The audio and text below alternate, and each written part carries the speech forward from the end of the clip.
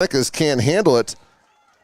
That's Jason Smith, and the error is going to put runners at second and third with nobody down. Another dangerous hitter coming up in first baseman, number 15, Max Paul.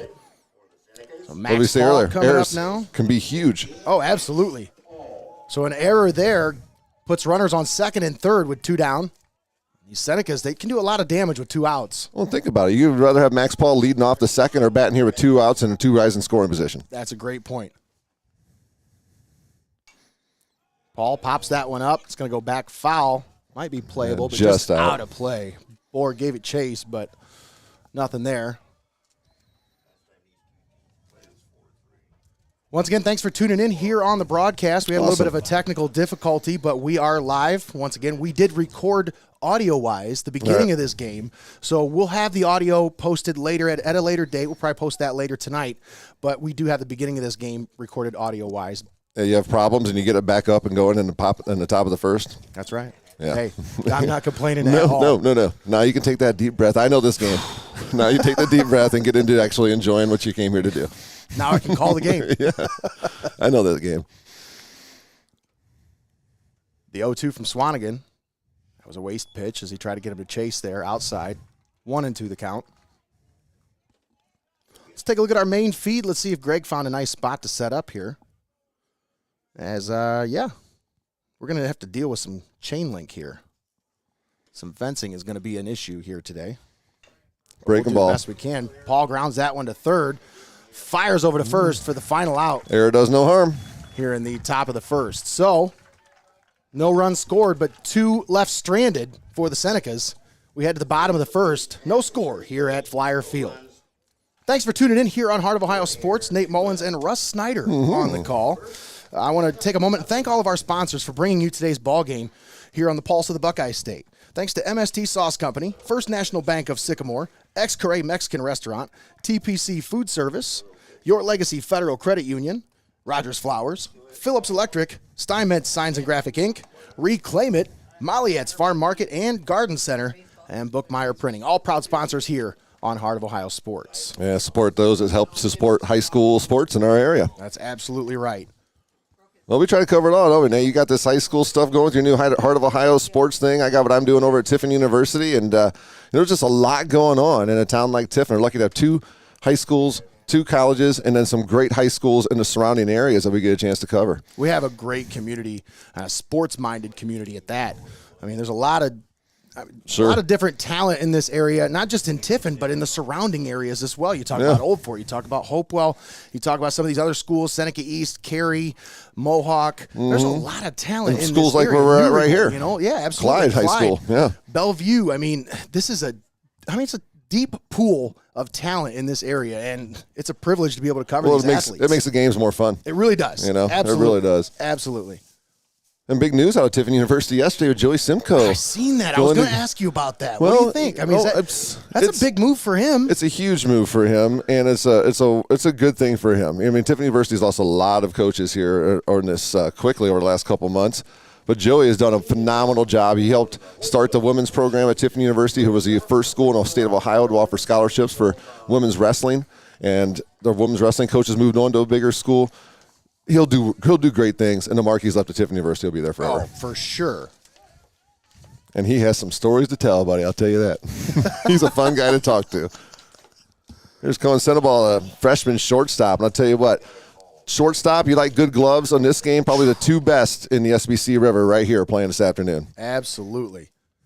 Cohen Seneball has been an absolute pleasure to watch this year. Young kid, too, like we said. Remember these young studs in this league. Blake Coleman and Nick Baum's been a consistent out there at shortstop for a few years for these guys, but his gloves have been just on point every game I've seen him this year. Oh, this year he is just one of my favorite fielders to watch. This one drifting into right field, and the right fielder makes the play for the first out. Yeah, had him played perfectly. There's a couple slide steps to the left for the first out, and here's Swanigan, the pitcher, will come in and bat second with one down. Tyson Swanigan up to bat now. Swanigan on the season. His stats right here. He is batting .353, .467 on base percentage as he watches that first pitch in for a strike. Yeah, Coleman coming out and throwing strikes here in the bottom of the first. It was wonder about a young man, a young kid on the mound facing an experienced pitcher on the other side. Coleman does work around the strike zone a lot. I got a chance to watch him work out some at the Heidelberg workout camp sort of summer, and I think that kid's got a bright future on the mound. He's got a good arm. 44 strikeouts on the year, a 1.89 ERA, and 44 and a third innings pitched.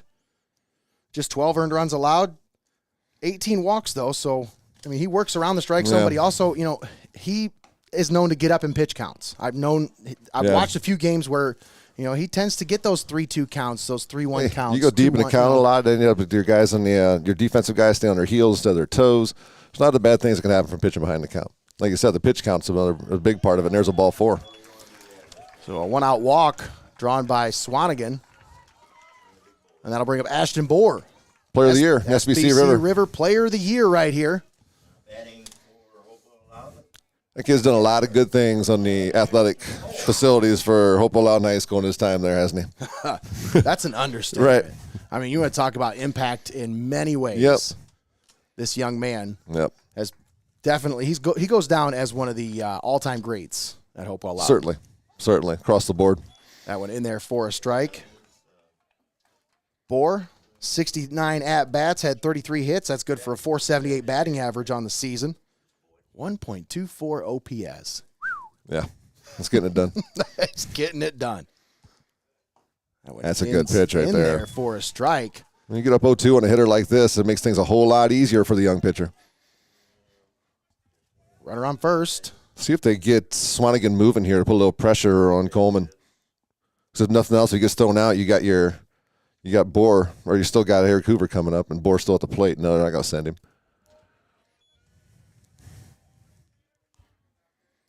You know what I love about covering high school baseball?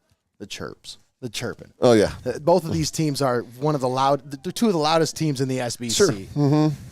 It's these two teams and Old Fort. Those 3 teams, I felt like they're just... It's just because I got a loud voice and it travels far. That's all it is.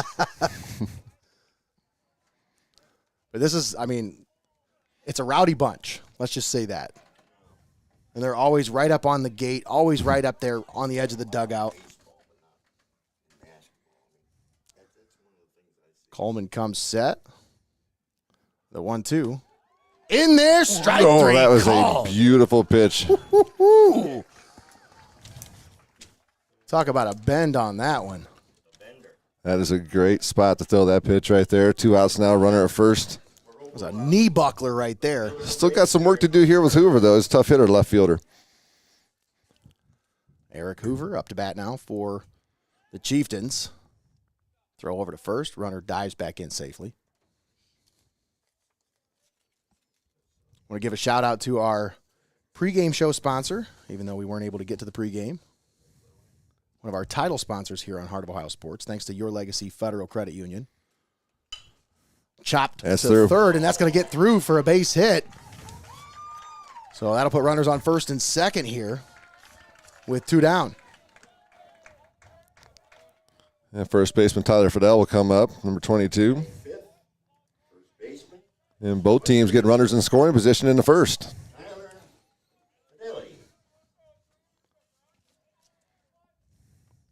So 2 down, but Chieftains with runners in scoring or runner in scoring position here.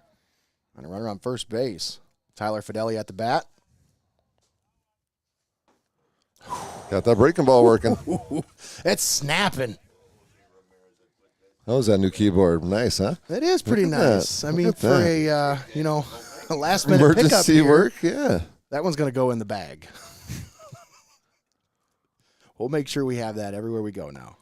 Well, I saw an article once after that ball's outside about broadcasting. If you need 2 computers, you don't have enough if you don't have 3. That's right. Absolutely. Same type of thing. That's a great point. Yeah.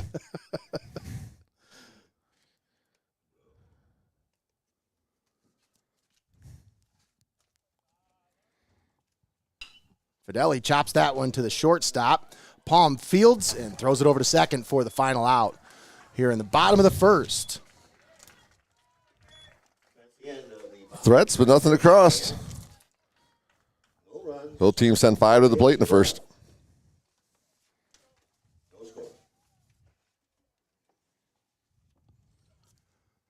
Top of the second coming up here. No score. at Clyde Flyer Field. Nate Mullins and Russ Snyder joining you live. We got Greg Kinn manning the cameras today. Big thanks to Greg for his help. What's up, Greg? I mean, you talk about coming through in the clutch. He's had some cold duties this year, I'm sure he has. And then, yeah, you're absolutely right about coming through in the clutch today. But the kid's happy to be playing in weather like this, man. It's been awful this spring. Well, and we just got spoiled the last, week and a half, 2 weeks here. This beautiful weather. And then today, you couldn't ask for better weather. No, not too hot. 70? This is, upper 60s, right around 70 degrees. Perfect. Top of the second coming up here. I want to remind you folks of one of our new sponsors here on Heart of Ohio Sports, Reclaim It 127. That's right, Reclaim It at 127 South Washington Street. They're not your normal secondhand store. Each item is carefully selected for display, from furniture to glassware and so much more. Make them your first stop when looking for that must-have new item in your home. Reclaim It is a nonprofit with a mission to help the community in various ways, including providing furniture to families in need after a fire, displaced veterans, really any people who have fallen on hard times. Your purchase goes right back into the community that you live in, which you can't say the same for some of those chain thrift stores. So, folks, when you start thinking about, hey, I want to go thrift shopping, I'm looking for a new dresser, I'm looking for a new bed, I'm looking for something new, maybe a new bed frame, check them out. My daughter's dresser came from there. There's so many cool items and unique items that you just wouldn't think are in downtown Tiffin. I mean, such a small little location, but they've done such a great job over the years of carefully creating their brand, and I'm proud to say my wife is a part of that. It's a great organization. It's an awesome place, and there's some things that you go in there that are super cool when you find out what it used to be before it was reclaimed and redone. That's right. Blows your mind. Here's Reed Warnham, designated hitter, leading off for the Senecas, number 9. First pitch outside for a ball. That one chopped to the first baseman. Busy fella today. Underhand to the pitcher, and Swanigan covering first makes the out for the first out. When's the last time you saw the first baseman have 3 of the first 4 assists in the game? Just don't happen that often. Was that an instance of maybe the batter's just a little anxious here, getting out ahead of it a little bit? Well, could just be good pitching too, getting in their hands, not letting them get the barrel out there and get the bat extended. That's a good point. 1 out for Harry Schultz. Schultz, the lefty, comes into today. Sophomore batter. He's had a little bit of a struggle this season, but lately has started to kind of figure things out.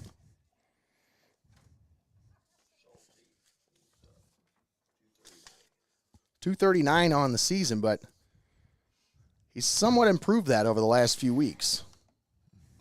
Last time we covered these Senecas, he was sitting around 170, so he started to really see the ball better towards the end of the season here. There's that situation. Teams playing around with each other, having a little fun here on that foul ball. But that situation, that breaking ball started up at eye level and looked a little bit bigger than what it was, and got Schultz a little excited, a little out in front on that swing and a miss, and it got him down to count 1 and 2. That's a good pitch. There. Strike 3 called. Beautiful pitch there from Swanigan. Even if that's not called strike 3, it's a great pitch. Yeah. That can set up things otherwise. It's just be able to hit that spot is so important early on in the game. That can set up a lot of things later on. Absolutely. Letting the umpire see you hit that. Swanigan sharp so far. 2 down, top of the second here.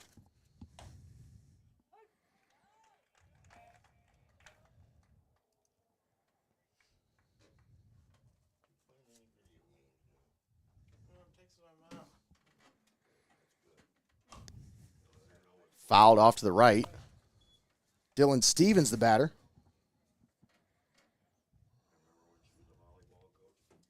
Stevens at one point was 1 for 30 on the season, but finished 8 for 46 with a 174 batting average. That's 500 those last 16 at bats. That's what I'm saying. Even I can do that, man. Some of these guys are starting to figure this out. They're starting to see the ball a lot better. And I think a lot of it's just the warmer weather. I was going to say the same thing. Just getting more comfortable. The ball doesn't hurt as bad when it hits your bat. Well, pitchers aren't comfortable when it's cold. When it's really cold, batters aren't comfortable. Oh, he wanted to swing, but held up. And I tell you, he was lucky he didn't get called on that one. And again, another good spot for that pitch, down and away like that. If he does get his bat on, the best thing he's going to be able to do with it is hit a ground ball to second base. Or a line drive. Straight to the second baseman. And that is going to be the final out of the inning. So no damage done there. Swanigan settling in nicely here in the second inning. We head to the bottom of the second, still no score. Thanks for tuning in here on Heart of Ohio Sports. Nate Mullins and Russ Snyder with you on the call. Let's take a look at our Skycam, brought to you by your friends at Reclaim It. Once again, stop by Reclaim It for your shopping needs. I'm telling you, if you got something you're looking for your home, stop by there first before you go shopping at any of those big box stores for any brand new items. Another new sponsor this week, I want to add Molyet's Farm Market. I mean, this is that time of year. It's that time of year, folks. If I got to tell you that, then you've been living under a rock. That's funny. My wife and I mentioned them last night, just in casual conversation. It's one of my favorite spots in Tiffin, but you need to make it one of your favorite spots to find those hard to find items that make them truly unique. From their tree selection to their fresh produce in the store to their beautiful outdoor garden center, you can spend an entire day just looking around at all the wonderful things they have to offer. I mean, I'm telling you, it's a great stop. So just stop in and see the folks at Molyet's and tell them Heart of Ohio Sports sent you guys.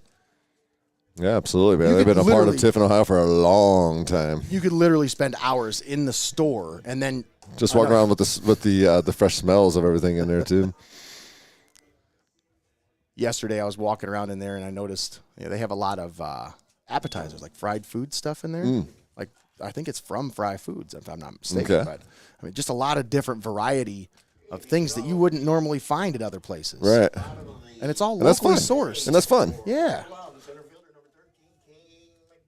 Kane McDonald standing in the batter's box now for the Chieftains. Speaking of young talent in the league, one of the best arms, first team All-SBC pitcher this year in the River Division. Bottom of the second. Still no score. The 0-1 from Coleman in there for a strike. Well, so far, I'd say both pitchers. The curveball has been their best pitch so far. They're locating it very well. And with Swanigan, that curveball really helps him because it makes his fastball look that much faster. Absolutely. Swing and a miss. And that looked like it's come back maybe a circle change or something, a little bit of downward movement away from McDonald on that pitch.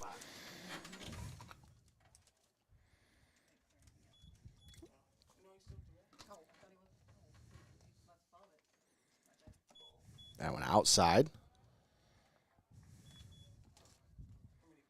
1-2 the count.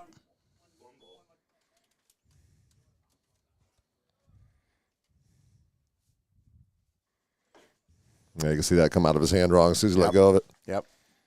That's when they say, when you hear a kid say, or coach telling a kid, finish the pitch. You let go of that up here instead of pulling that down with him on that breaking ball. You got to pull that down. You want that downward movement. And hence it stayed up.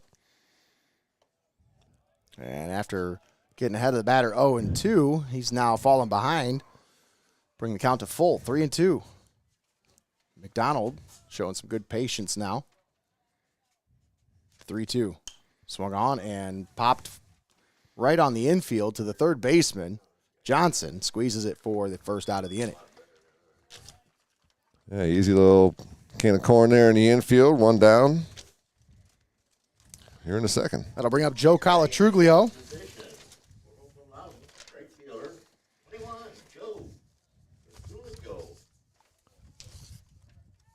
Calatruglio, name very familiar with Hopewell-Loudon Athletics as well. Yes, yeah, absolutely. Say the least. Ball one upstairs. Calatruglio batting .361 coming into today.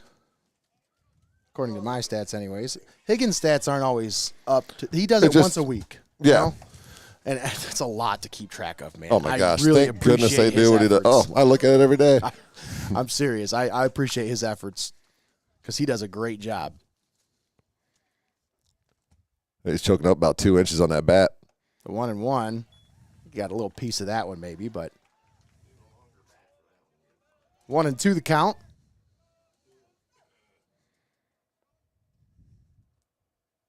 One out here, bottom of the second, nobody on. Coleman comes set. The pitch. Swing and a miss. High heat, couldn't catch up with it. Second out of the inning. Coleman sets him down. Second strikeout of the game for Coleman. Bring up Jason Smith. Smith, according to my stats, batting .279 coming into today. Right-hand batter, playing third base. There's that breaking ball. 61 at-bats. He has 17 hits, but 25 strikeouts on the year. So sometimes they got one of these all-or-nothing guys. Gets it on there. Popped up. Right fielder camps under it and makes the play for the final out. Well, both pitchers easy second innings. Yeah, 1-2-3 second inning for both teams. We head to the top of the third. Still no score.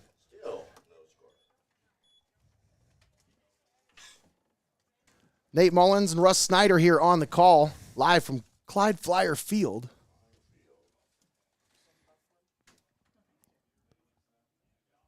I got here today and running a little bit late, and you know. Yep. So we're running a little bit late. We get here, and of course, I figure out we don't have a keyboard, so we can't log into the computer. So Greggy goes and runs and go gets us a keyboard. Yep. But while we're kind of waiting for him, I'm figuring out what I can do to get ready, and just observing this facility. I have yet to see such a short left field porch. Well, it's even shorter in right. It's 15 feet shorter in right. 305 in right. Wow. So it just seems like if somebody can get a hold of one of these balls, I mean, the wind's blowing in, so it's not going to do you any favors. Well, if you really, I think where the power alley is in this place is probably right towards the scoreboard, because you think it's only 320 to 322 from left field line to the power alley. So I would think, especially with the way the wind's blowing today, if anybody's going to get something going, for my money, I imagine it's out towards that Flyers sign there to the left of the word Clyde on the center field wall there. But with the way these pitchers are pitching, is anybody going to square up on one? Well, yeah, I mean, we're seeing a lot of ground balls. We think about so far with Swanigan, 1, 2, 3, 4, 5, 6 ground balls that he's got so far. The only ball that's been in the air was that base hit by Mason Johnson, a little flare in the right center field. So he's forced them, when they're getting the ball on the bat, to hit the ball into the ground, and first baseman's been a testament of that with all his putouts. Wow. And again, starting off with strike one. Swanigan working ahead of the batters here today. He's retired 4 in a row. Blake Coleman in the batter's box for the Senecas. You going to throw me a bunch of curveballs, bud. Guess what you're going to get? A bunch of curveballs. Game moving by quickly. Both pitchers working ahead in the count. The 0-2. Coleman grounds that one to the first base side. First baseman underhands to the pitcher covering, who gets the out at first. He's had one put out per inning so far. At least one per inning. Top of the order. Guess what Palm did the first time? Busy day for the first baseman. Guess what he did the first time? Ground out to first. Ground out first base.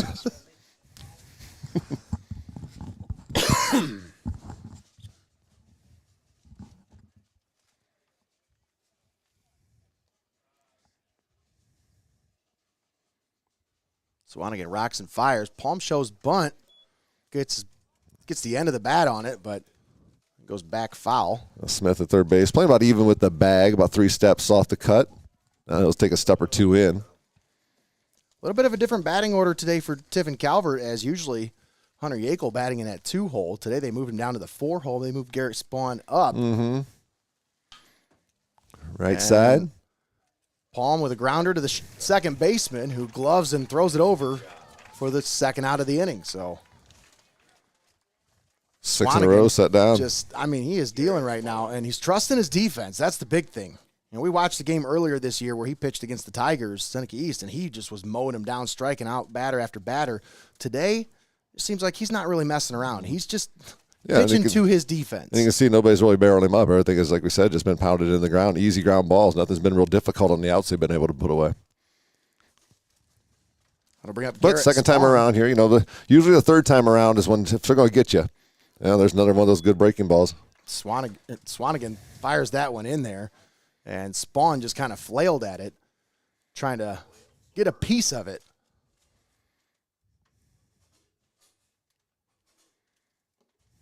And he keeps that fastball low, where that's the only pitch you're really going to be able to do anything with, and he's not giving you any location to do anything with it. Yeah, he's calling the breaking ball up for a strike. The fastball not as much. Swing and a miss. You got pitched to the strike zone. We also got pitched to the umpire zone. That's right. That's absolutely right. And they did. Most of these umps are consistent.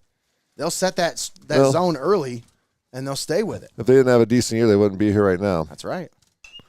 That one chopped third base side, and it gloved by the shortstop, but Sandoval did not have a play there. Good speed by the point guard down the line. There's no way he's going to make that play. That's right. Nice hustle by Spawn out of the box, and he beats it out for a base hit. Second hit of the game for the Senecas. Here comes the young man who had the first, Mason Johnson. He made his way to third, stranded there back in the first. Go to our sky cam here as we're having a little bit of a latency issue with the camera. I don't know what happened. He might have moved back a little bit here, but we lost camera from the main feed. The dugout, I think, is getting in the way. I think we're dealing with a wall because he's inside the dugout over there with the Senecas.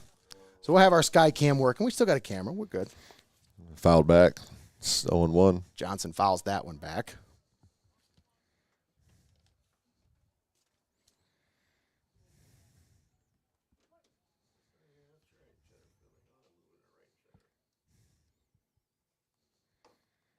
Well, he tried to turn on that. That right foot was about 2 feet outside that foul line, pointed straight down towards that right field foul pole.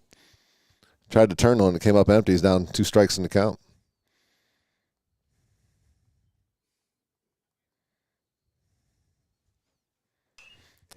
On the hands, that's going to be down for a base hit. Spawn off and running with 2 outs. That gets by the right fielder. Spawn rounding third, heading for home. And Spawn's going to score the game's first run. Mason Johnson drives him home. Yeah, that's it'll be a base hit, but I base don't know hit in there. That's not an RBI, and that's going to be an unearned run. Yeah, that's going to be an unearned run on Swanigan. Well, the unearned run, depending on what happens here.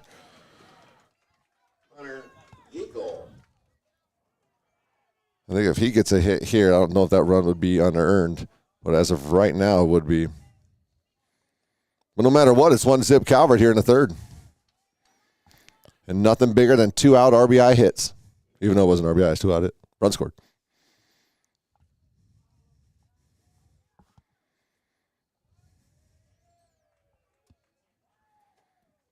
There you go. Yeah. In and out. Yeah. It's still that dugout wall is kind of getting in the way down there, so. That's a base hit. Back up the middle, base hit. Johnson rounding third. He's heading for home. The throw comes to the it's not. Cutoff man unable to grab the throw. And Johnson will score the game's second run. So Tiffin Calvert leads now 2-0. That's an RBI base hit. That's definitely an RBI for Hunter Yackel as he drives home the game's second run. That'll bring up Max Paul. Seneca's doing some 2-out damage here. That's not trying to do too much with it. You just put the ball right back where it came from. RBI base hit right back up the middle. And, you try to do too much with that, that's a ground ball to shortstop. That's just a good job of hitting, doing what the pitcher's giving you, and doing a job for your team and giving yourself a 2-run lead. Paul, he grounded to third to win the first. Backs away from the breaking ball, stays in, 1-0.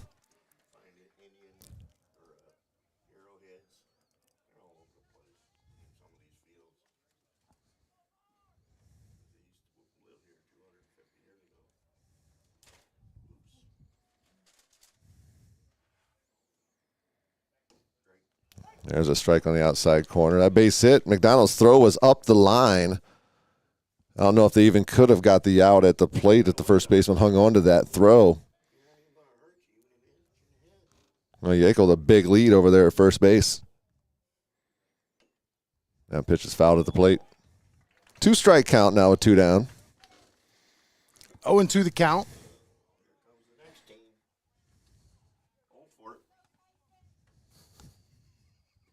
Stockaders are arriving on location now.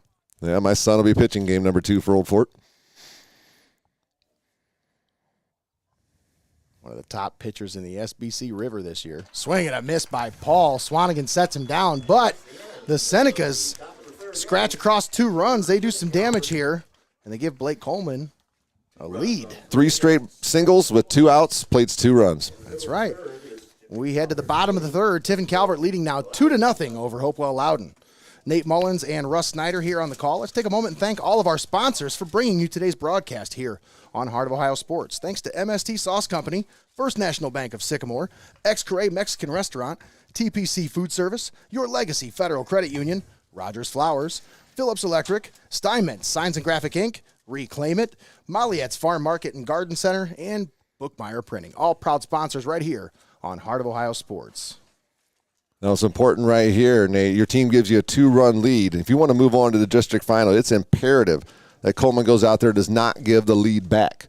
You don't want to give up anything, let alone a couple or give them the lead. You got to get out here with a clean inning. Set your team up for success if you want to move on at this point. And he's got to face 9-1-2 in the Chieftain batting order. It's such a huge momentum ride. If you can come out here and put them down 1-2-3, or just get out of here without giving up a run and get you guys back up to the plate after the stick's starting to warm up like that, it's a huge half inning right here. Right.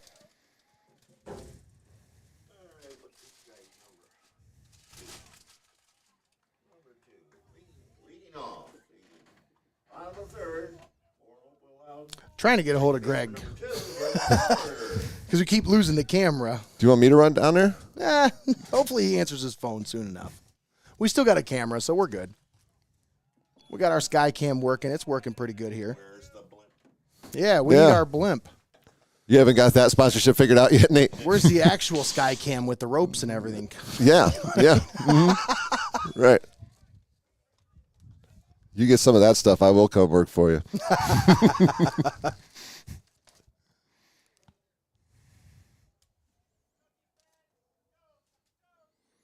2-0 Tiffin Calvert.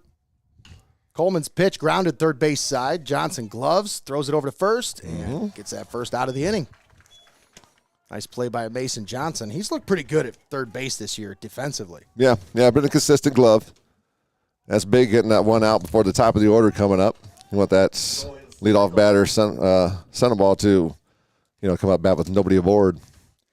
These Chieftains, started out 18-1 on the season, but Russ, they've been kind of scuffling lately. A little bit, Finished the season, in their last 6 games, they are 2-4, including 2 losses to the Lakota Raiders, who won the SBC River. That's right. But have been bounced. Nick Palm with a beautiful throw from short. We're seeing some good defense out here this afternoon.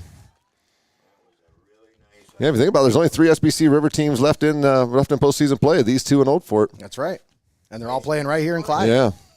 I was surprised at Lakota's score, but they lost 23-0 in the tournament. Really? Yeah. Minster beat them 23-0. Wow. Mm-hmm. Who was pitching for them? I don't know. Hovis has been just. Hovis pitched last night he pitched last night for Lakota against Hopewell. Hopewell played last night. Now, Lakota's Division III, right? Yes. Yeah, so that's probably part of the reason. Part of it. Yep. They've been playing Division IV teams all year. That one grounded back up the middle. Nice Long glove throw. by Spawn.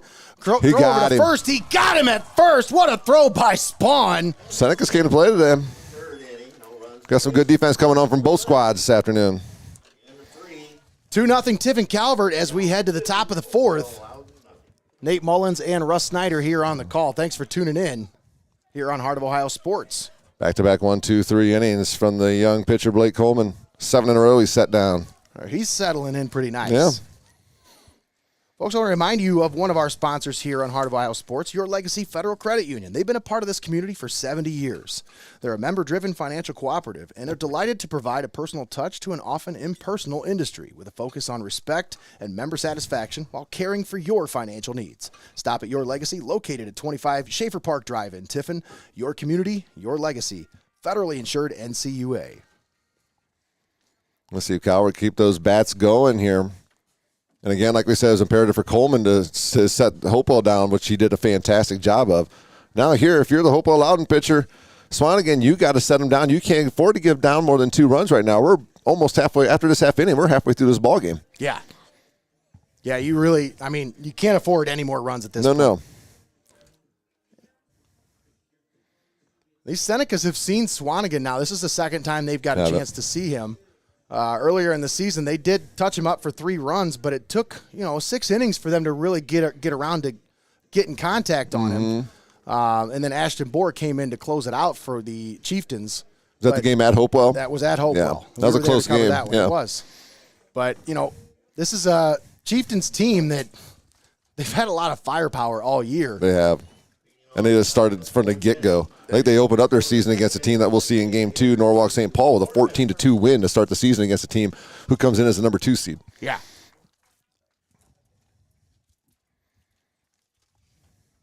Swanigan comes set.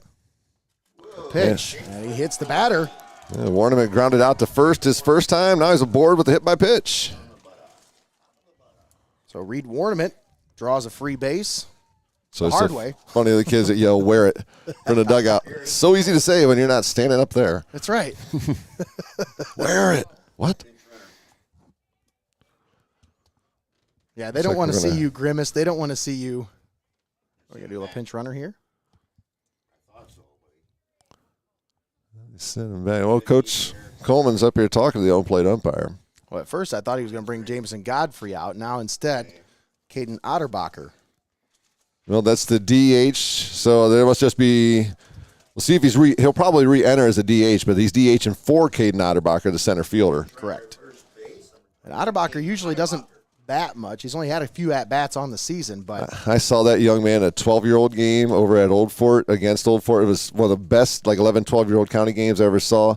He had a 3-run opposite field home run to tie the game in the last inning, and then came out and shut Old Fort down, or to take the lead and shut him out down on the mound. It was a fantastic job by a young man. He's a good ball player. Dad's a good basketball coach.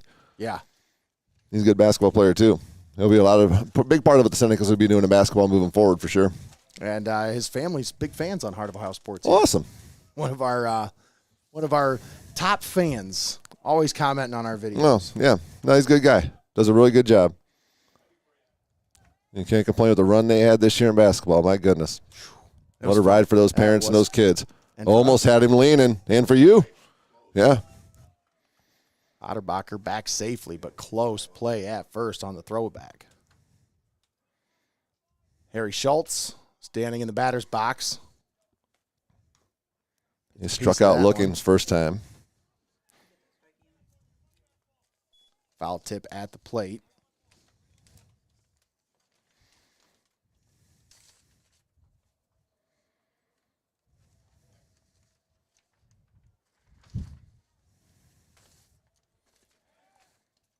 Schultz plays quarterback for Tiffin Calvert. Mm-hmm. So he's probably getting ready for the football season by now. I mean, obviously we're still baseball mode right now, but I'm sure Steve's already in his text messages saying, hey, as soon as you're done with baseball, you come talk with me. Oh, what a bunt down third base side. Nobody's at third. No just died. Man. Just died. Had a little bit of backspin off the bat and just died, and that's an infield single intended to be a sacrifice. What a beautiful play. Harry, you mentioned, Harry being the quarterback of Tiffin Calvert's football team. I know Coach Reeser thinks very fondly of that young man, his abilities on the football field, not only as a football player, but as a leader as well. Dylan Stevens, he grounded out second base. His only at-bat to have is to finish second. It's a young Calvert squad here. I know they do have some seniors in this lineup, but they still have some very young, talented players here coming up. Well, Stevens didn't look real comfortable with the bunt right there. That's a sacrifice bunt. He needs to get himself squared around and give himself up. It was almost looked like he was uncomfortably trying to bunt for a hit there. So if you're going to bunt, everybody knows you're going to bunt here. So square around, get the ball down. Runners on first and second. I imagine he's bunting again. Nobody out. The 0-1 for Swanigan. Better. Still. Just not very confident in his bunting abilities. So now they'll probably take that call off here. They say you catch the ball with the bat. You catch the ball with the bat. That helps deaden the ball, gets it down instead of up. And, you don't move the bat up and down. You move your eye level up and down, and the bat will go with you. And you're supposed to come with it, catch it, like you said. The 0-1 gets away from the catcher. Runners will advance to second and third. 1 and 2 the count. Well, now you're starting to play with fire here a little bit. Runners at second and third, nobody down. And Hopewell will bring the infield in.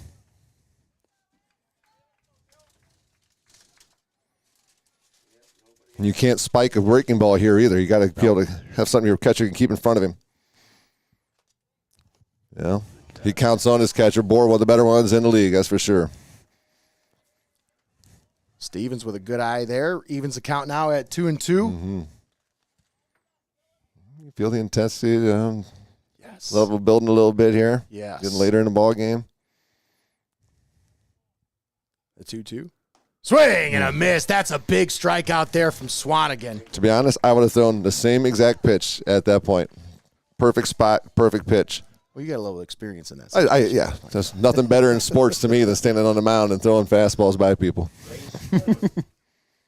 But it's a good spot because with your runners where they're at, even if he does get the ball on that, he's probably going to hit it back to you, or he's going to hit it to your second baseman who's already standing in the grass. So there's really nothing that's going to be able to move the runners up at that pitch. That's right. Or he's just going to pop it, something easy. So it's about being in control as the pitcher. Infielders in on the grass here. One down. Missed with the first one, so 1-0 the count on Blake Coleman, his counterpart. And boy, as a pitcher, you would love to get yourself a couple more right here. Little base hit would score 2. Swing and a miss. Had him guessing on that one. He is one of the many folks who grounded to first base in one of his at-bats today.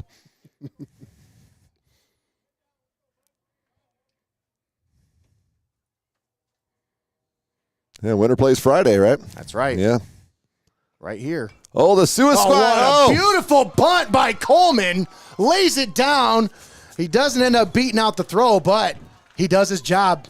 Scores a run. Absolutely, but credit Tyson Swanigan on that play. It's so hard to not want to go to the plate. His catcher's there in front of him to be able to make the play and get the out at first. That was a phenomenal job by that young man with everything that was going on there. Better, you're right, Coleman getting that bunt down, getting a run in, phenomenal. But, man, give Swanigan a little credit there on that defensive part of that play. Oh, absolutely. Hustling down to get that ball in front of the plate. It was the catcher was in no position to make that play. No. Boy, that's a big run. 3-0 Tiffin Calvert. First pitch in there for a strike. I'm sorry, that's the third pitch now on Nick Palm. 1-2 the count. And you're Coach Coleman. You're comfortable with Palm having 2 strikes and letting him still do his thing at the plate. He handles the bat as well as anybody on this team. I was right. 0-1 the count. High on that one. Looking into the future. Maybe we'll see. It's 1-1. Now we'll see what the next pitch is. Maybe I should you never find know. a new career as a fortune teller. Better get a lottery ticket on the way home, Nate.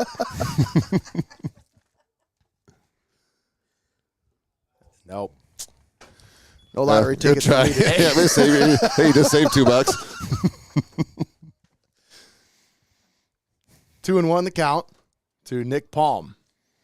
Spawn on deck. Remember his base hit back in the third. Got that 2-out rally started. That's right.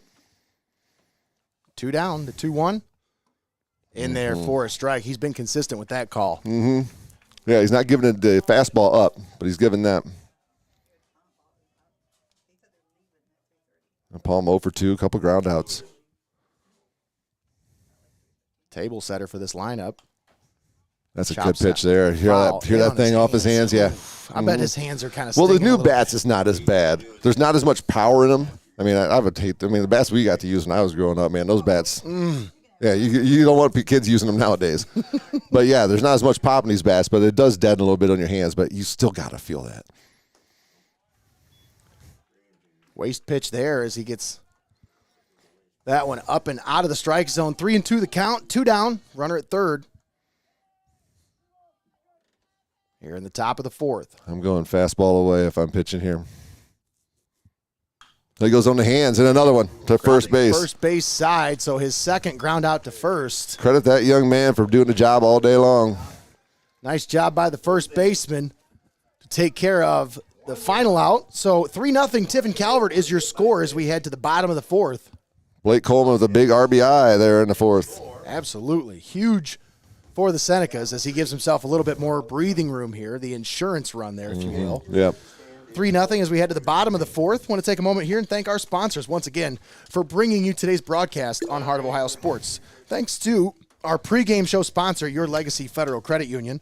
Also, First National Bank of Sycamore, Xcaret Mexican Restaurant, TPC Food Service, Your Legacy Federal Credit Union, Rodgers Flowers, Phillips Electric, Steinmetz Signs and Graphic Inc., Reclaim It, Molyet's Farm Market and Garden Center, and Bookmeyer Printing, all proud sponsors right here on Heart of Ohio Sports, the pulse of the Buckeye State. Folks, if you didn't get a chance, we did our first podcast live from inside the studio. Well, technically live. It wasn't live. We recorded it because, well, we're using our hotspot at the studio because we don't have internet. All right. But the hotspot, it doesn't work so well inside of a brick facility. So right. Let's just say once Spectrum gets there, we'll be able to go live from the studio. But until then, we're recording episodes and we're streaming them because the bit rate it can't handle all of the stuff that we do. Well, you don't want to put something out if it's not quality, right? That's exactly right. And where's the studio located? I forget. What's the address? I forget. 193 South That's Washington right. Street. That's right. We'll be open to the public, hopefully, by the end of August. That's the hope. But I have not put a date You on need it yet. to try to swing and a miss the first pitch. We got 3-4-5 coming up in the batting order here. A huge inning here for Blake Coleman and the Senecas. But, yeah, you need to come over to Tiffin University, set up like some internship opportunities for some kids to come help you out with some of your broadcast stuff. I am absolutely on board with that. Yeah, I think that'd be kind of cool. Great opportunity. Both colleges, I think, and I think Heidelberg as well has internship things that have to be done to graduate. Foul tip at the plate for Bohr. 0-2 the count. He struck out looking back in the first strikeout of the game for Coleman. Coleman has 2 of them in the game, but he has set down 7 in a row. 0-2 the count. The pitch. That's high. Gets away from the catcher to the backstop. 1-2 the count.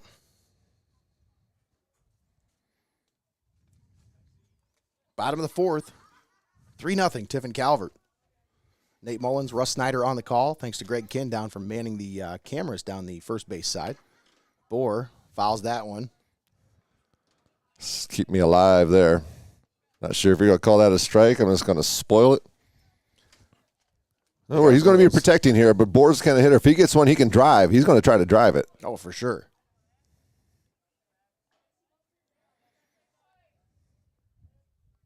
Long look in from Coleman. The 0-2. High. 2-2. Or 1-2. Bohr's one of those guys that, he started out hot on this season. Yeah. And I think as teams got more looks at him and they figured out how to approach him, they learned how to pitch to him a little bit. Yeah, set him up there. Throws that high fastball, get his eye level up, brings the breaking ball down around knee level, gets him swinging over the top. So a strikeout for Coleman. Brings up Eric Hoover. Hoover singled back in the first and stranded there. One of our MST Sauce Company players of the game here. That's the only hit of the game so far for the Chieftains. Hoover They hit that one hard. ropes that one, but foul down the left side. Right towards a pack of stockaders down there as they perch up over the fence. So more unique nickname than that around here? Stockaders?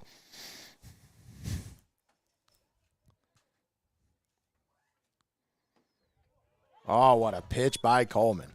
That's been a consistent call for this blue. Because he's throwing at strikes. He's been able to hit your spots. If you're going to hit your spots, they're going to give you the call. Absolutely. I do think Old Fort's baseball hat should be coonskin hats with a bill. Come on. That'd be great. Yes. Missed opportunity. Well, see what I can do in the off season. I'm sure there's got to be some kind of sponsorship with like Mountain Man or something you can work out. Even it's like once a year we do a thing. Then the kids will like it. It'll become a thing. That one fouled at the plate. 1-2 the count. Contact he had on that first swing. Line drive, second down the line, foul. That swing there, just barely getting a piece of it over top. That's smart pitching from Coleman, learning what he's seen from the batters.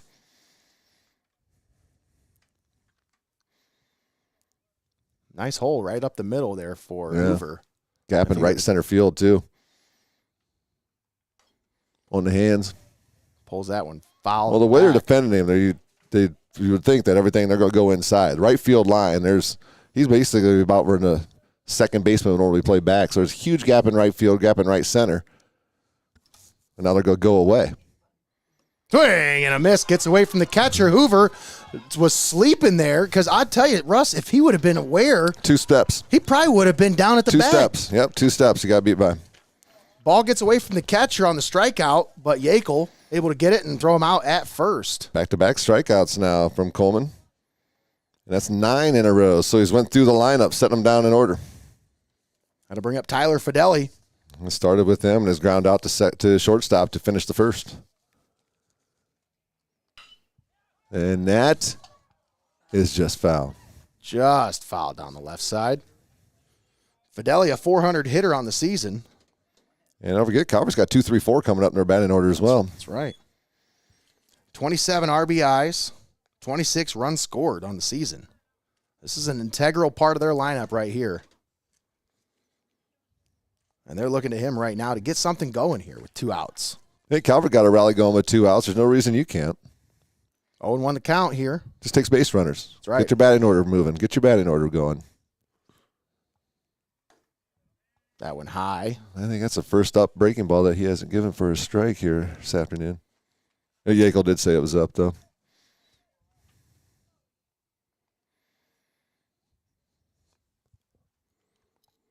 The 1-1. Ooh, just missed. I'm pitching. I got to have that. You really don't want that pitch there, though. You don't want that breaking ball sitting there at, rib cage level, No. waiting for somebody to turn on it. But if he's not going to swing on it, I got to have it as a strike. The 2-1 from Coleman in there. That's a for good pitch. Strike. That's a nice pitch. He's locating that fastball pretty well. He's pitching right where he wants to. The 2-2. Swing and a miss. He struck him out to end the inning. Coleman is just straight He struck dealing out the right side. now. Struck out the side in the 4th. Top of the 5th coming up here. Tiffin Calvert leading 3-0. They head up to the plate. You said 3, 4, 5 hitters coming up for They actually have Senecas? 2, 3, 4. Garrett 2, 3, Spawn, who got that 2-out rally going in the 3rd to lead things off. There you go. So that's what you got coming up next for Tiffin Calvert. I want to take a moment, folks, and remind you about one of our proud community-minded sponsors here on Heart of Ohio Sports. We'll say thank you to Rodgers Flowers. Flower shop season is in full swing. Stop in and see Brian today and check out their new line of candles from the Swan Creek Candle Company. That's right. At Rodgers Flowers, you're sure to find what you need for that special someone in your life. They're truly your one-stop destination for all of your special occasion needs. Talk about another business that's been in Tiffin forever. Rodgers Flowers. I got my boutonnieres and all that stuff when I did prom. That's right. Just a couple years ago. And, no, a few years ago. Just a couple. Just a couple. Just a few. We won't age ourselves here. Oh, geez, I'm sorry. I'm too old to play jumper. Of course, if you got a chance to catch Mulling It Over this morning, you noticed that in the background I had that beautiful new banner hanging up. I saw that banner. Yeah. Yes. Done by our friends at Steinmetz Signs and Graphic Inc. Awesome. Of course, that's one of those destinations. It's a lot of people get confused about them because they think they're just a screen printing place, so you just take an order to them. No, that's a store. Yeah. They have a store where you can go shopping for all of your local sports teams' gear.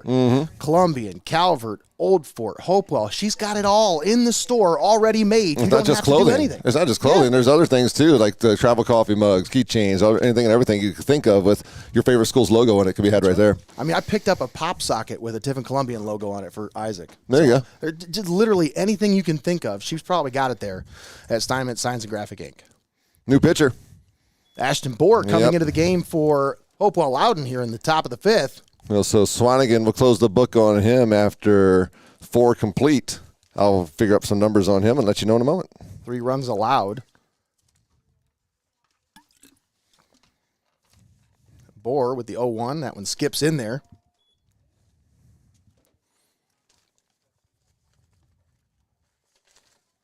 Once again here in the top of the 5th at Clyde Flyer Field in this district semifinal. Of course, we have softball regional semifinals going on in the same area tomorrow, right here at Clyde That's Field. right. I think that's the Mohawk game here, right? Is that here Correct? tomorrow? Is Mohawk here tomorrow? Mohawk and Van Wert, I think, is what I was looking at. That one chopped, third base side. Nice play by the third baseman. Gloves, throws. Can't make the Got scoop. away from the first baseman, unable to make the pick. Spawn hustles his way down to second base, and he's got himself in scoring position with Yeah. nobody out. Good job with the glove, but the throw wide and in the dirt. And now Spawn's going to go to third as the throw back to the pitcher goes over his head. And Boy, Hopewell needs a little bit of a collect yourself right now. this would be a great time for a mound visit right here from Tony Swan. I mean, you got to have an error there, collect too. your guys. So there's an error on a throw from the third baseman, and then there's got to be an error from either the first baseman or the second baseman that threw it back to the pitcher. That's right. So 2 errors on the play. We talked earlier. Walks, errors. And Hopewell now has committed their 4th error of the game. Swanigan today went 4 innings, 3 runs, 5 hits, 3 Ks here this afternoon against the Calvert Senecas. Thanks to Russ Snyder for keeping those stats. Here's Johnson. He's 2 for 2. Johnson watches that one outside. Scored a run as well back in the third.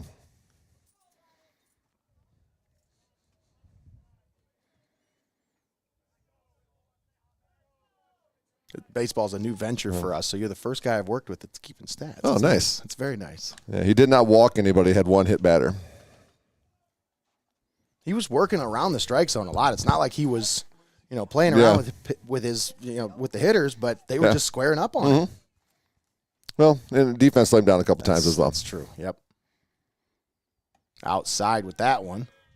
3-1 the count to Johnson.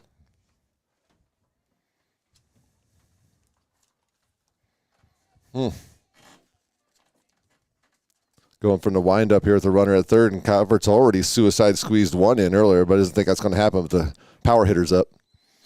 Johnson fouls that one off to the left. Brings the count to full. You'd almost think about it with Spawn speed over there at third base. You already know they're not afraid to do it. They did it once earlier. Exactly.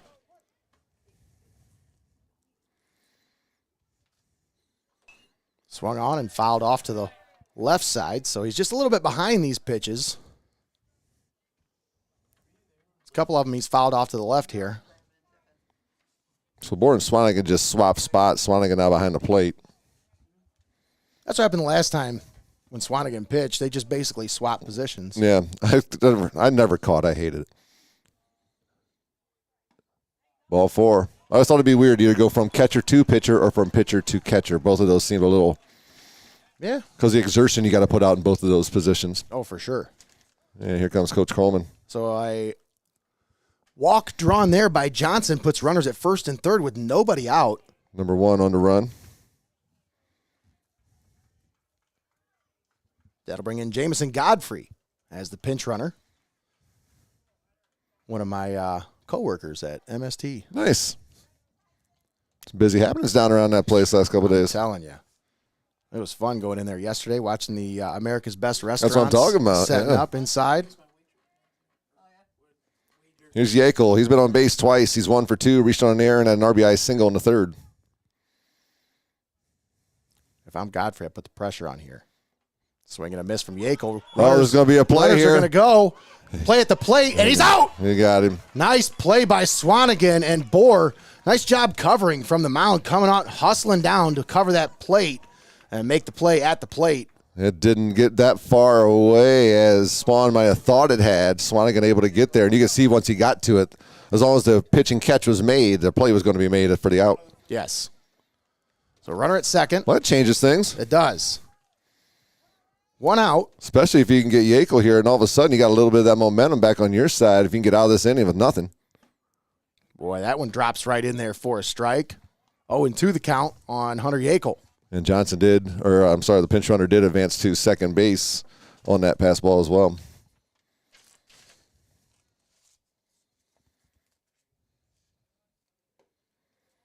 You got to check that, aren't you? No. Saying no. As your catcher, that's your job. Mm-hmm. I mean, if you don't hear it from the blue, you get a call down. I mean, normally you have 2 umpires. Now when you got 3, there's always going to be an umpire on the line. Or, you know what I mean? So there's always going to be somebody who has a good eye at that. So if you're not sure, the umpire, go ahead and do it. But, yeah, you're absolutely right. The catcher every time should be. Especially your pitcher appreciates that because you'll steal a swing like that for a strike anytime you can get it. For sure. 1-2 the count. Yakel hits that one down first base side. The first baseman gloves and steps on first for the second out, but Godfrey will move over to third. There with 2 outs. That'll bring up Max Paul.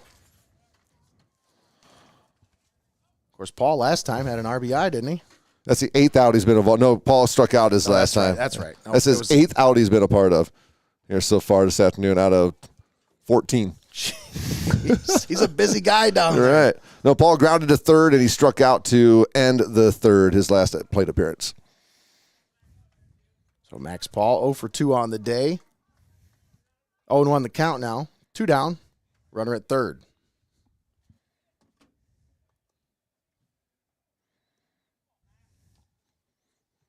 The 0-1. Inside. I imagine if Calvert were to advance to Friday, you're probably looking at who the starting pitcher would be right here. I would imagine I'd imagine so. He's been pretty good for them this year. Yeah. I think he was second-team All-League, I think, as well. Yeah. Paul with a be a tough play. Roller to third. Smith gloves and Nicely throws. done. He got out of that without giving up in anything. So now you come out and get your bats out. You got 6, 7, 8 coming up the bat and see if you can get something back here. So they get out of the jam. Runners Can't at first believe and third, nobody out. That's what I'm saying. That's nobody scores. That's huge momentum change a little bit there, you know. If you come out and get something here, now the pressure kind of goes on to Calvert. You know how hard it is to get those last outs late in the game? Oh, you're not kidding at all. Even though Coleman, I mean, he seems to be settled in. He seems to be dealing right now. This is tough. You got 6 outs to get here if you're Blake Coleman. You want to be clean here and have the top of the guys coming up to bat in the seventh without anybody on base. You don't want to give up base runners here and give those guys a chance to come up with guys on. What he's been dealing is been throwing strikes. Defense has been good. So 10 in a row he's set down. Last base runner was Eric Hoover's single with 2 outs back in the first. Top of the 6th here, is that what I got? Fifth.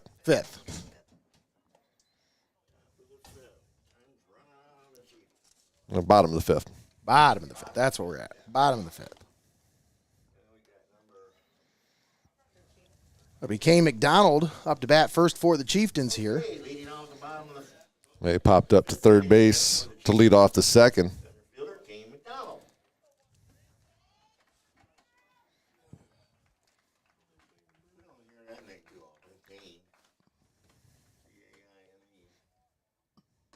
First pitch outside.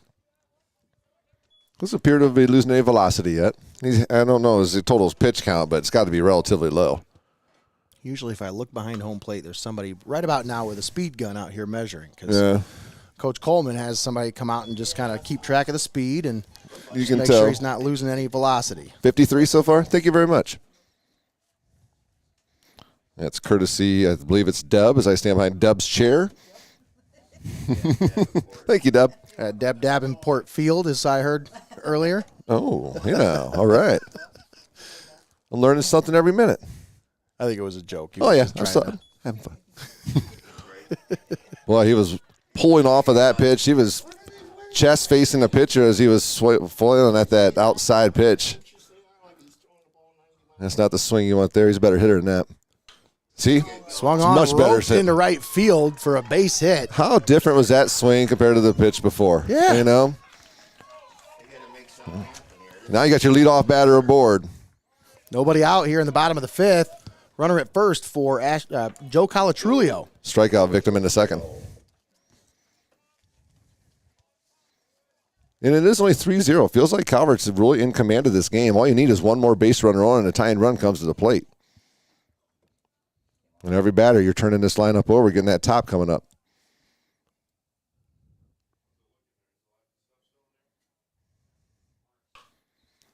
That one hit foul down the left side.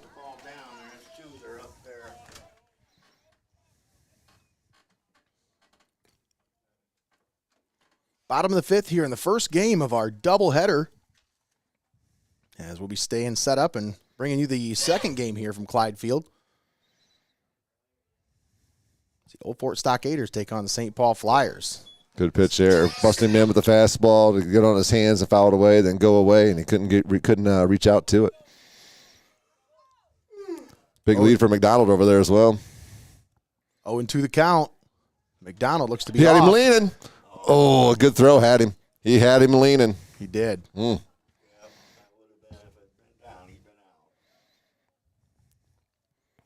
Kind of maybe tipped his hand there a little bit. Maybe he was going. He was going for sure. He was definitely going. He was off.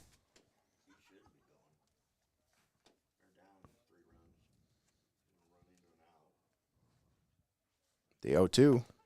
In there, strike 3 called. Got to protect there. Coleman with a nice job of staying with the batter there. Mm-hmm. You're not worried about that base runner. Just get your pitch. And the second time he's got Calatrulio today. And now Jason Smith, he flew out to right to end the second. One down with McDonald over at first base. Snap throw to first. Runner dives back safely. 3-0 Tiffin Calvert. Blake Coleman working on a shutout here in the bottom of the 5th. Only 2 hits. He's been dealing today. That one gets away from the catcher. Yackel comes up and fires it to the pitcher as the runner advances to second base. So, runner in scoring position now for the Chieftains with just 1 out.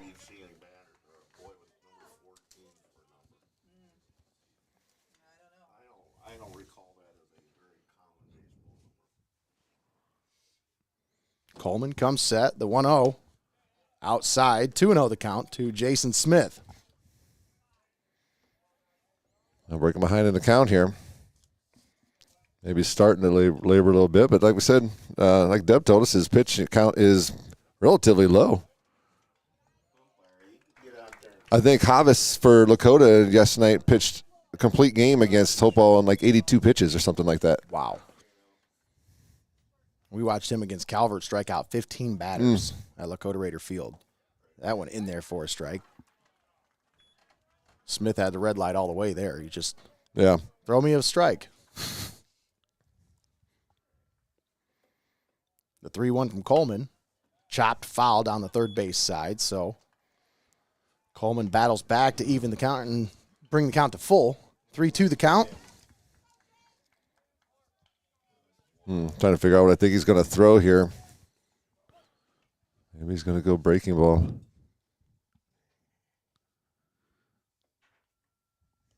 Yep, spiked it. Gets away from the catcher, Yackel.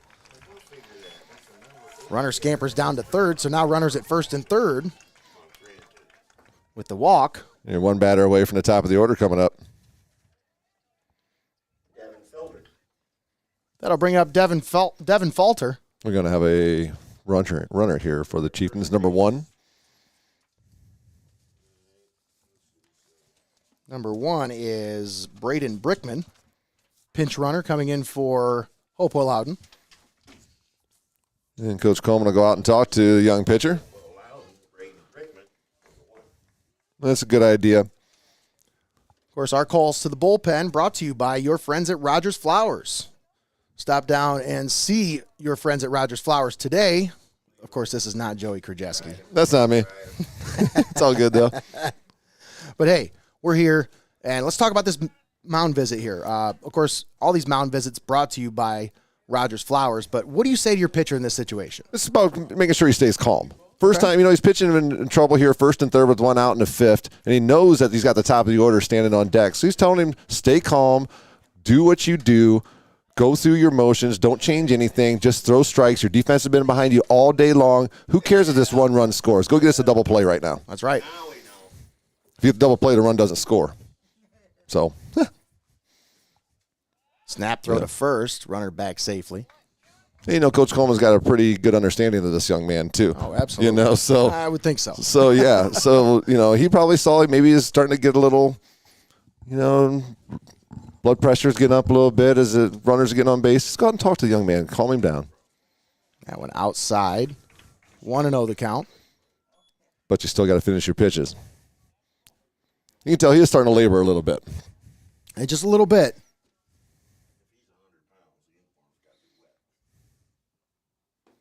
There you go. In there for a strike to even the count at 1-1. Hey, don't be too precise at this time. Just get the ball over the plate. Like I said, defense has been there all afternoon for you.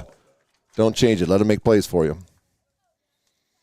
And if you're Falter, you get yourself a base hit. You got yourself a rally going. Swung on, chopped. That's going to be trouble for the second baseman. He'll throw over to second for the out, but they get a run scored there. Yeah, good job by Falter. He, did his job. Ground ball right side. That's going to score the run there. Second out of the inning, but it brings up the top of the order, and you got another runner in scoring position.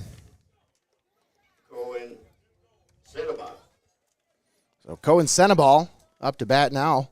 Runner down at second base. 0 for 2, a fly out to right, and a ground ball to short. On the hands. Nick Palm fields, throws, and gets the runner out at first for the final out. It's a good pitch by Coleman to get out of there. That's exactly right. Big pitch, big situation, and Coleman limits the damage to just 1 run scored. But Chieftains do scratch across the run. It is now 3-1 as we head to the top of the 6th. That Tom Rodgers call to the bullpen was a great job by Coach Coleman to go out there. He got his pitcher settled down, got a couple outs off of the mound visit. Now he gets his guys come back up and swing the bats with a 2-run lead. That's absolutely right. And sometimes that's all it takes. You get your guy in a situation where first and third, one out. He gets a little blood pressure rising. Maybe he had the Apple Watch app, and he sees his blood pressure go up over there, and he says, "Hey, come on, let's bring this out to the mound. Let's bring it together." And all right. Well, he's that young man. He's a freshman, right? He's never pitched sophomore. He's never pitched probably in the district semifinals before. So I can see how you get a little worked up, especially getting a little bit of trouble out there. But credit the young man for doing his job and getting out of that. That's absolutely right. Ashton Bohr on the mound now for his second inning of work. Now it's his job to keep it right here where it is because his team just got one. You got 2 more innings left. You just showed us we can get to this guy now. We just got one. We got our sticks coming up to bat. Let's go get 3 quick outs and get back in here and get those bats back out. That's right. So here as we get ready to start the top of the 6th, once again, Nate Mullins, Russ Snyder on the call today. Thanks to Greg Kinn down on the first base side for not only manning the cameras, but also playing savior before the broadcast here. He's your McGruber. He really is. I'm telling you, he's my do-it-all. He's my savior. There's Reed Warnament. And Bohr, first pitch misses low. And he was hit by a pitch, lead off the 4th, and came around and scored on that RBI from Blake Coleman on that suicide squeeze and grounded out to first his first time. Swung on. Grounded to the third base side, gloves and throws, and he'll get the runner at first for the first out. Good job there, coming up getting that before it had a chance to get to the lip and maybe take a skip hop on you. Strong throw across for the first out. Now Harry Schultz 1 for 2 with a strikeout and a single.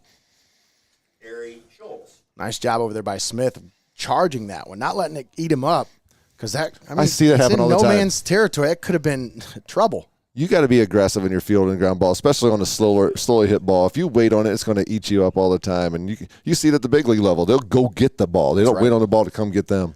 Well, and this is, it's a new field, so you don't know how the ball bounces. You don't know how it rolls. I mean, you're used to your position, but you don't know how this grass is going to interact with the ball. All right. So you got to be aggressive. Go get it. That's a good pitch by Bohr. Take a little bit off there. Pulled the string on him. 0-2 the count. Harry Schultz. If you're Hopewell, sometimes having your senior leader out there on the mound, probably keeping you in the game and being part of the offense, trying to spark a comeback, sometimes that's what you need to, get the belief going, I guess. That's right.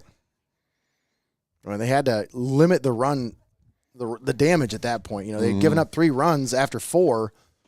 They bring Bohr in to kind of limit that damage because – on the season, he's got under a 1 ERA. So exactly, and at that point, you hadn't put any runs across the board, so you got to keep it. You can't let it get any farther away from you. You have to go out and make that change right there.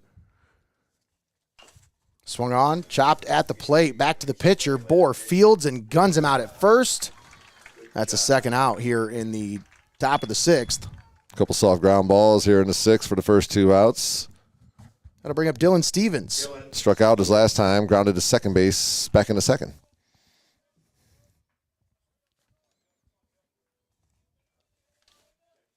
Top of the 6th, 3-1 Tiffin Calvert. That went inside, but caught the edge inside half of the home plate. That's right. Caught the edge of the plate there for a strike. 0-1 the count.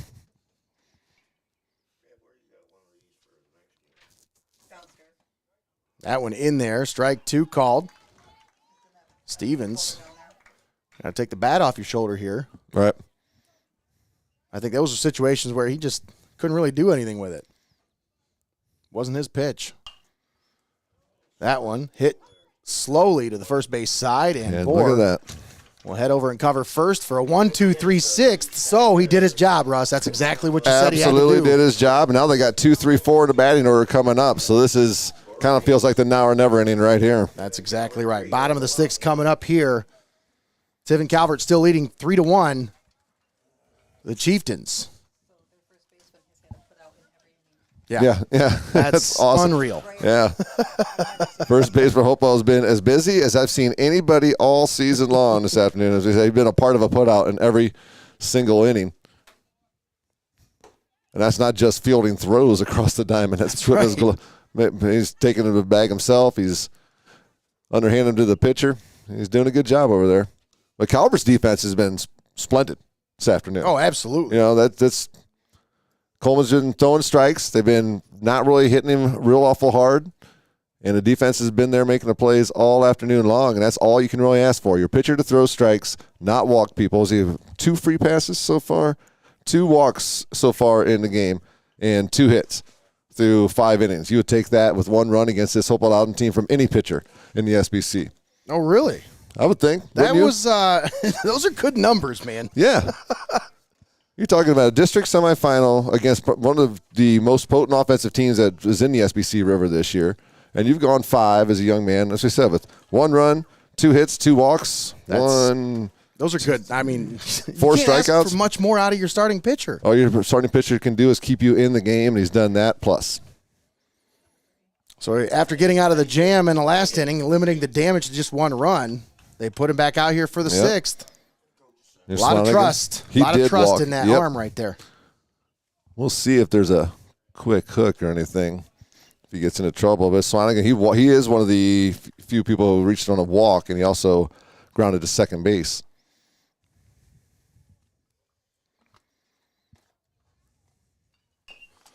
Chopped at the mound.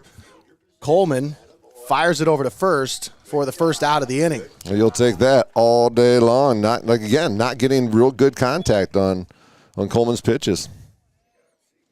They're being aggressive, but you're right. He's just not giving him anything to hit. Mm-hmm. Just pounding the ball into the infield. That's smart pitching, and he's working the corners a lot. And I think that's really that's why you're seeing a lot of these balls in on the hands or choppers. Oh, nearly a nice play by the third baseman, Mason Johnson. But you know what kind of hook that thing had on it? A line drive at him. That thing had some crazy hook. I bet about 8-10 inches of hook on that thing, and tough play. He's shaking his hand right now. Yeah. He's like, yeah, that one hurt. Well, he knew that Bohr was going to be aggressive. He had struck out his first 2 times at bat. He wasn't going to try to get the 2-strike count in that at bat for sure. Now he's on with 1 down. Hoover, he singled in the first. Eric Hoover, 1 for 2. Also struck out. Runner at first now.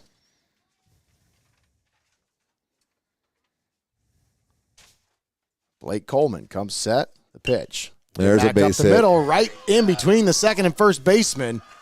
And so now runners at first and second with 1 out. That's a good job of hitting right there. Outside fastball, just put the barrel on it, push it out that way. Got his 2nd hit of the game. Hoover been doing a good job at the plate. Tyler Fideli. That'll bring up Tyler Fideli. But before we do that, we'll get to a mound visit. Of course, Call to the Bullpen brought to you by your friends at Rodgers Flowers. And we'll see if there is a pitching change made here. Interesting call here. We'll see what happens. What do you do in this situation, Russ? It's hard to say. I mean, he knows the young man and his stamina better than I do. It's 73 pitches so far. He's not too high on pitches. I imagine that he's going to let him, if he gets another runner on, I bet he's coming out. I think he's going to let him try to work through this. I bet he's definitely If pleading he had his another case. 20 pitches, If he had another 20 pitches on his arm, he probably wouldn't even come out for this inning. It's true. So they'll give him a chance to finish it off here. And Fideli's got him twice, struck out, and a ground ball to short, so it's not like he's barreled him up or anything. So they feel good about the matchup as well. That's right. 1 down, runners at first and second here in the bottom of the 6th. And if you're Hopewell, you probably feel good about the matchup as well. Absolutely. You should. Believing in your kids. You really should. That first pitch high. He got on the side of that. You can see it. He wasn't up here with it. He had his hand on the side. That's going to cause that to frisbee instead of doing the Nor up and down 12-6 type break.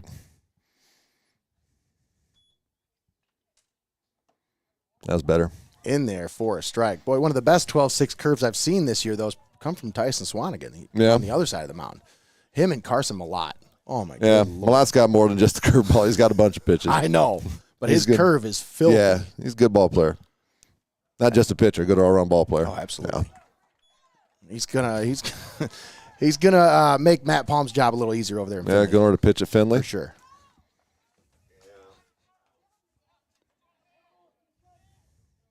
1-2 the count. 1 out. Coleman comes set. The pitch. Ooh. What a pitch. Strike three called. Buckles his knees.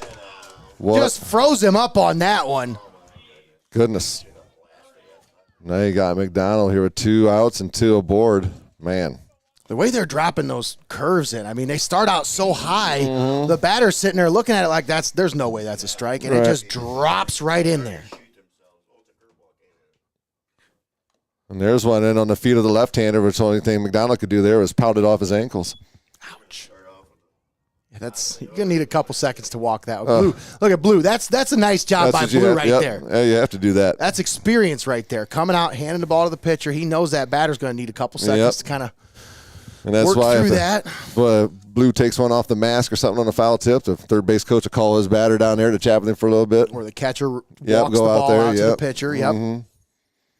Gamesmanship. That's what that is. You want to make sure everybody leaves the field as healthy as they were when they got here. That's right. I guess some pitchers' arms might be a little bit tired. But. Step off and a look back to second. I don't even think you need to even take a look at him. They're not going to run him.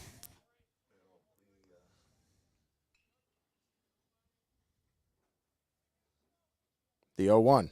Swing and a miss. Nice pitch there. Same pitch as the first pitch. Now you got him set up. What are you going to do? You're going to go, I imagine he might go upstairs, might go high heat, try to get him to chase one. Yeah, I'm going to go maybe high up and away. Yep. Or you throw another one in there, spike it down. Well, you don't want to spike it, but get that down in there on his feet again. Because he's probably thinking there's no way you're throwing me another one. Outside. That had some movement going away. That was just a little bit off the corner. Tried to paint the black. Just missed the outside there. Well, again, you just showed him you can throw that pitch. That's right. I can place that fastball at the knees. Now what am I going to do? Looks like they're going back away again. The 1-2. That one hit. Flared.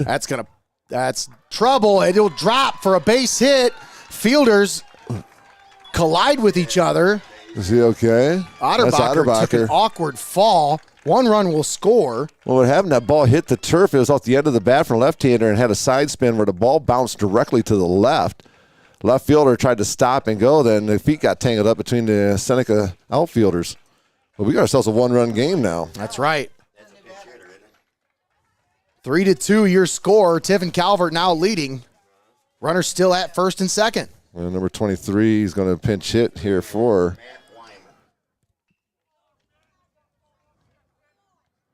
second hit of the game for Kane McDonald. He's 2 for 3. That was a big 2-out hit there for McDonald.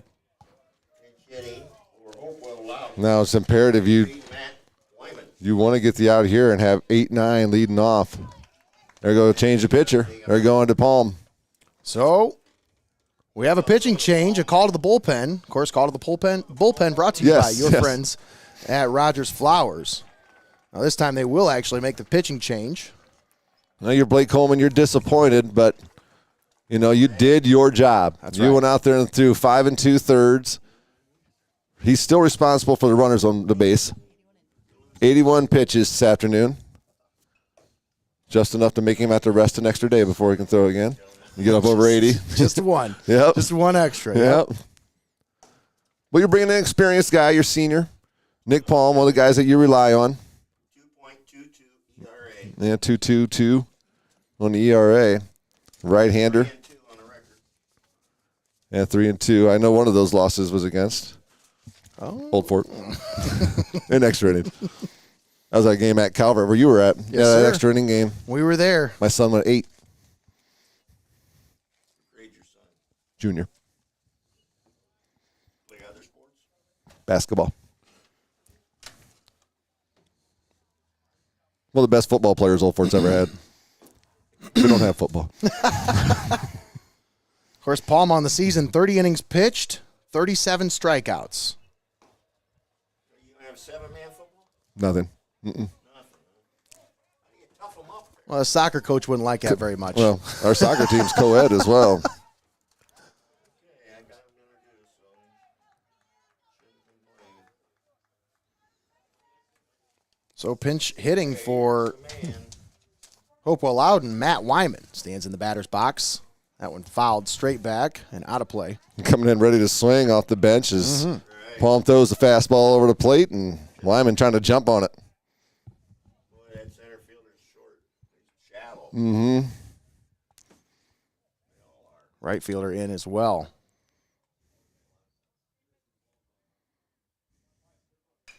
That one hit.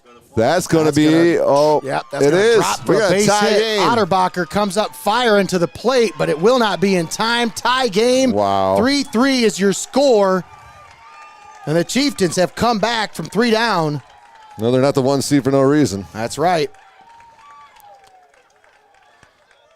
How about that? A 2-out pinch hit RBI single to tie the ball game up. Credit that young man. That was a great job. Yes. Big time hit in a clutch situation from Matt Wyman there. Mason Smith. There's Smith. He flew to right and walked.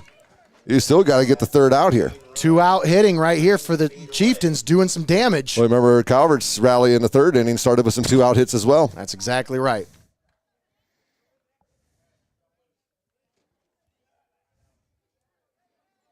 Palm comes set. That one popped up, but backwards and foul. Yeah, a little bit on his hands. Tried to pull his hands in and get the barrel to it. Couldn't quite get her through. McDonald was off and running on that one.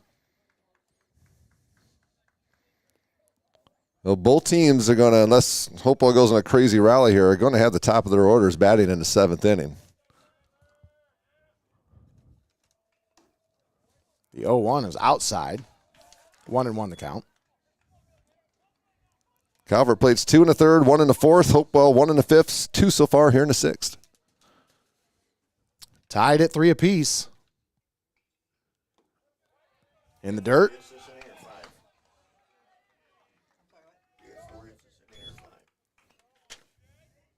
4. 2-1 the count. Runners on 1st and 3rd with 2 down. The pitch. Hit back up the middle, but it's going to be right at the center fielder for the final out here in the 6th inning. So, Chieftains tie it up 3-3. We head to the top of the 7th. Both teams now have had the same exact amount of batters bat through 6 innings, and both teams will have 9-1-2 coming to bat in the 7th. Got a tie game. Hopewell-Loudon 3. District semifinals here in Clyde, and boy, we couldn't have come for a better one. Yeah, I mean, Calvert gets the early lead. You knew Hopewell wasn't going to just fade away and let them just walk away and win the ball game. You knew they were going to fight back. And you know Calvert's got a lot of fight left in them, too. I mean, these two teams, as we said when we got started, know each other very, very well. And they're two teams that are always at the top of the SBC River each and every year. So this is going to be an exciting inning, maybe inning plus. We'll see. Yeah, absolutely.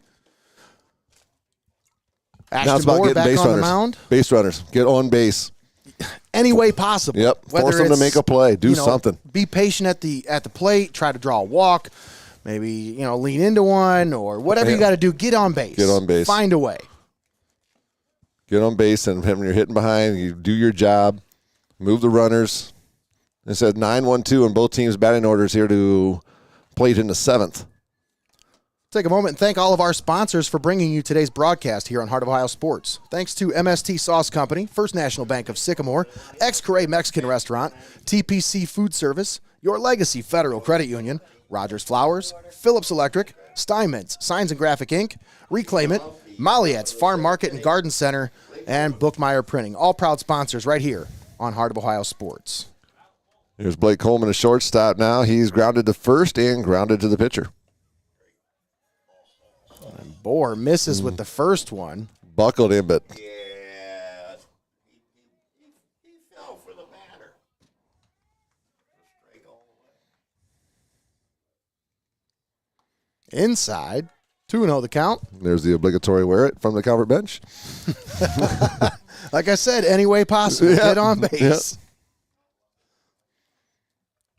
So you wear an extra baggy shirt. Get out of the way, but inside pitch, they just stand there and let it. Yeah, you wear a couple sizes too big on your jersey, so you got a little extra that hangs out in front. And you can get some cheap bases that way, too.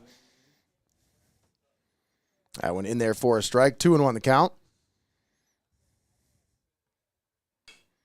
Grounded. First base side. First baseman gets another chance to make Grounded. an out, so he's First got one in base. every That's weird. single inning. Jeez. My Lord. Good for him.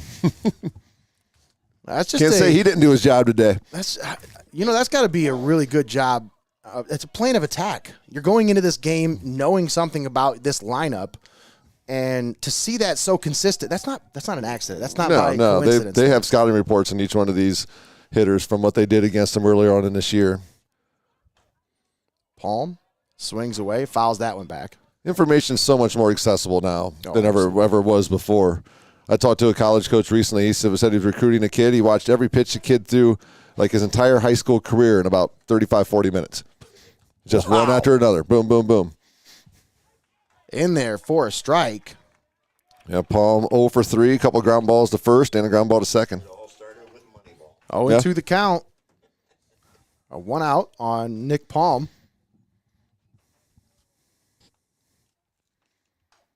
Fouls that one back. About the same spot he fouled the first one. Yep. He said, if it ain't broke, don't fix it, right?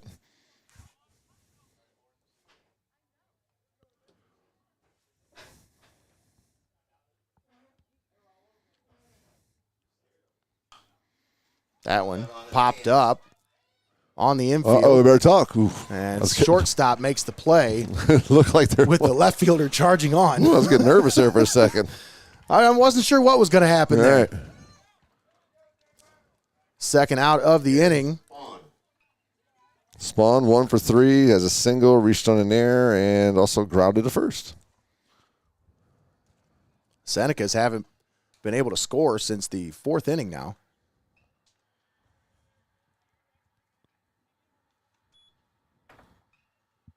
Meanwhile, the Chieftains, last 2 innings, plated 3 runs to tie it up. 2 down, 1-0 the count on Garrett Spawn. Spawn was swing and a miss. Go behind that one. They sent Hopewell sent 12 batters to the plate the last 2 innings. Boer's really starting to get comfortable. This now being his 3rd inning of work. That one chopped right to the shortstop and ate him up. Yeah, got him. He tried to charge in on it, but just hit off the heel of his glove and bounced straight up. He's lucky he got off the heel of his gloves. He tried to play it off to the side instead of getting his body in front of that. Yeah. Don't give me that Olay. Right. But a runner aboard here with 2 down. Mason Johnson's been on base all 3 times. We've got to have a conversation at the mound. Call to the bullpen. Of course, this is just a mound visit here. Every time we do this, we talk about our friends at Rodgers Flowers. Thanks to Brian Ferguson and all the fine folks at Rodgers Flowers for their contributions here, helping us bring high school baseball to you. I went to school with Brian. Yeah? Yeah, good guy. I've He known is him a for a great long, guy. long time. Great guy. He's actually hired Chelsea to do a mural in the back there. Oh, where sweet. Where the pool is. You Yeah, know, yeah. the The little hidden gem area back there that nobody knows about. I'm just... Now everybody's going to be knocking on his door. Maybe, wanting to know maybe I check it out. shouldn't have said anything, but yeah, they have a little hidden pool in the back of the flower shop there, and there is a wooded area off to the side, like a nice wooden panel that she's going to do a nice mural for him. So she's pretty excited about it. Went down there and did a little planning the other day. Perfect. So, yeah. What do you say to Boer here in this situation? You got 2 outs. You got a 2 runner down, on first. runner on. Johnson's a dangerous hitter, right? We don't want to be too cute with him. Make him hit your pitch. Nothing down the middle of the plate. If he gets if he does anything, it's a single. That's right. Right. If he does anything, it's a single, and then you go get Hunter Yackel. He's just telling him, don't put something over the middle of the plate where he can extend. Make him hit your pitch. If there's 2 on, first and second with 2 out, and Yackel's coming up, it's not the end of the world. I went outside. 1-0 the count, so. Yeah, they're playing him deep. Yeah, they are. That wind still blowing straight in from center field. In the dirt, 2-0 the count. Fastball away, curveball down and in. Yeah, they're definitely not going to give him anything to hit. But you don't want to get 3-0 and then try to throw you just get me over fastball. Yeah, we'll really be able to tell with this pitch here what their idea is. Got him to swing at it. Again, it was breaking ball down, so yeah. Sometimes you strategize yourself against the youth of them being kids because the over exuberance, they want to hit the ball. I mean, they want to do the best thing they can for their team, and sometimes you can get them to swing at pitches in a situation like this that, he just missed that. Oh, he really did. Major league pop-up. Fielded by the center fielder for the final out. Here in the top of the 7th, we head to the bottom of the 7th. It's still a 3-3 tie here in this district semifinal from Clyde Flyer Field. Nate Mullins, Russ Snyder on the call. Thanks for tuning in here on Heart of Ohio Sports. Let's take a moment and thank all of our sponsors once again for bringing you today's broadcast. Thanks to MST Sauce Company, First National Bank of Sycamore, Xcaret Mexican Restaurant, TPC Food Service, Your Legacy Federal Credit Union, Rodgers Flowers, Phillips Electric, Steinmetz Signs and Graphic Ink, Reclaim It, Molyet's Farm Market and Garden Center, and Bookmeyer Printing. All proud sponsors right here on Heart of Ohio Sports. Of course, we talk about all these fine community-minded sponsors. I haven't had a chance to touch on one of my favorite local eateries, Xcaret Mexican Restaurant. Oh, yeah. I mean, absolutely. You talk about a hidden gem in this community. I feel like it's not really hidden anymore because everybody knows. No, absolutely. But, yeah, I love going there. What's this? The California burrito, I think is what I love. The fajita. Nothing like being at a place when they walked out with the fajitas, though. Head turner. Yep. Everybody in the whole place. It's a nose turner is what it is. Your nose follows that scent. There's a new pitcher out there, Nate Mason Johnson. That's right. But yeah, Mason thank Johnson. you. I was a little hungry when I got here. So now you got a couple more hours. Yeah, you got me talking. Yeah, you got me talking about good Mexican food. I'm gonna have me probably a hot dog here. I hear there's a good Mexican place over here in Clyde too. Yeah. Well, awesome. Well, maybe that'll be a stop on the way home. You never know. Maybe. Right. Maybe I can hold my appetite till I get back to Tiffin for some. That's right too. We'll see. You never know. But no, folks, I can't tell you enough about Xcaret. And one of the things that really, the last 2 times I've been there, I keep getting the same thing because, like you said, if it's not broke, don't fix it. The new addition, they have a new menu. I don't know if you've been out there recently, but they have a beautiful new menu. And the one thing that it caught my eye, and I kind of overlooked it the first couple times, and then I tried it, and now I can't get away from it, the Ohio State. Now, this is a flour tortilla, chicken, chorizo, and onion wrapped up in a flour tortilla, and then they take queso and they cover that, and then they take bacon and grilled pineapple and put that on top. Really? And it is, I'm telling you, phenomenal. That sounds fantastic to me. The grilled pineapple sets it off. I don't know. It's just I don't mind cooked pineapple at all. Oh, I love it. Wow. I love grilled pineapple, especially on a fire grill. Oh. Yeah. Fire grill with burgers. The pineapple rings. Make yourself a kahuna burger. Well, here's Devin Falder, 0 for 2. Does have an RBI on a ground out back in the 5th. And sometimes just going to a place like Xcaret is just getting regular, good old-fashioned hard-shell tacos are fantastic. Oh, those beef tacos. Yeah. Just simple tacos sometimes are just the best thing. Killer. Yeah. Nice and easy. Just like Johnson right over the plate there. Fastball, nice 1-1. Yeah. 1-1. The last thing in the world you want to do is put somebody on the free pass right now. That's right. Tie game, bottom of the 7th. In there for a strike. Johnson locates that one. I haven't seen Johnson pitch this year. We didn't see him in any of the games that we played against him, but I knew he threw.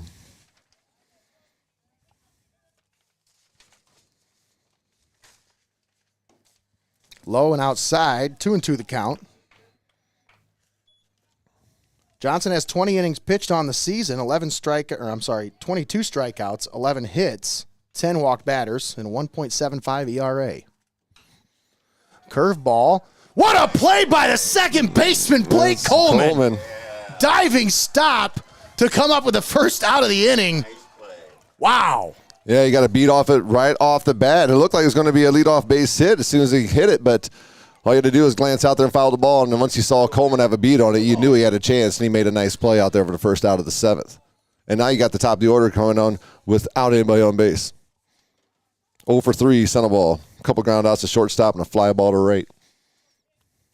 1 out, Johnson. That pitch misses low.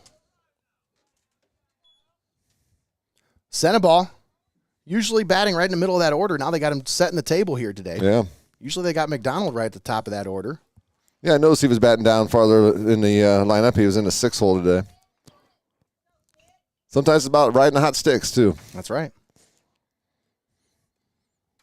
Center ball fouled that one straight back. Evens the count at 1-1. 1 out here in the bottom of the 7th. 3-3 tie. Johnson, The 1-1 just misses the outside. 2-1 the count.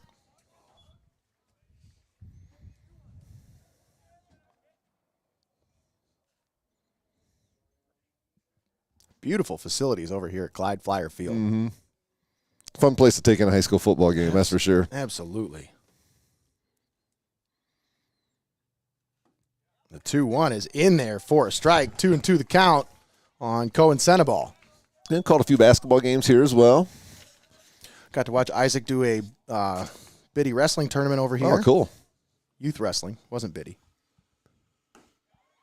Just missed outside with that one. Johnson wanted that pitch. But the count now, full count, 3-2 the count. He must have been thinking curveball. I don't know how you take that pitch with 2 strikes. Especially when that like that, just get the barrel and he might be able to just punch that through the right side. But I don't know the way Coleman's playing over there. And there's a base runner. High and inside. And Senebal draws a walk with 1 out. Swanigan's 0 for 2. Ground ball to the pitcher, ground ball to second base, and he walked back into first and was stranded at second.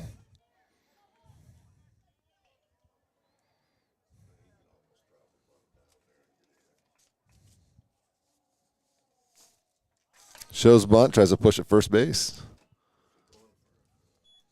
That's definitely not the side you want to put that No, down. I'm If you're trying to push there. that runner over. You want to put that over third baseline.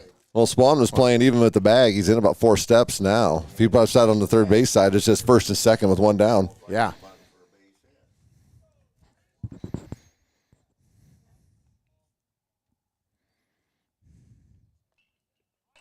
Up and in. Oh.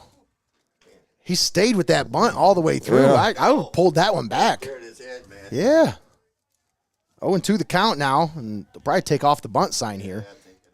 He just wanted to swing. He didn't want to bunt, so he got That's rid of probably that why. one. It's Yeah. like, Give see, me this those is 2 my strikes. bunt. Are you going to let me swing now? Yeah, Come right. on. Can I swing? It's like missing the second free throw so you can stay in the game, and the guy's waiting to check in for you. Just misses outside with the call. 1-2 the count. Saying just a little bit high on that one. Johnson looked in at the blue. He says, where was it? I want to know. Where did I miss on that? It looked up to me, too. 1-2. And again, you swing and a miss. Throws it by him and sits him down. They tried to get the runner on a pickoff at first on throwdown from the catcher, but It was close. it was a close play, a lot closer than I think some of us might have thought it would be. Sandoval did a good job of hustling back to the bag. He's got pretty quick feet. Here's Bohr. He had a rocket off of Mason Johnson's glove at third base his last time up and actually scored the second run for the Chieftains. He's 1 for 2. Or 1 for 3, excuse me, a couple strikeouts. 1-0 the count. He came up swinging his last time up. Didn't waste any time. No, he didn't.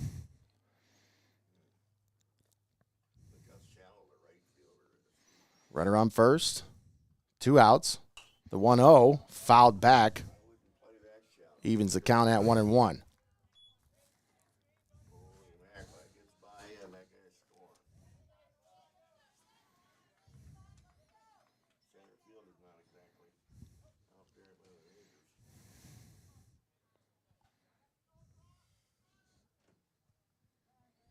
One and one the count. Time called.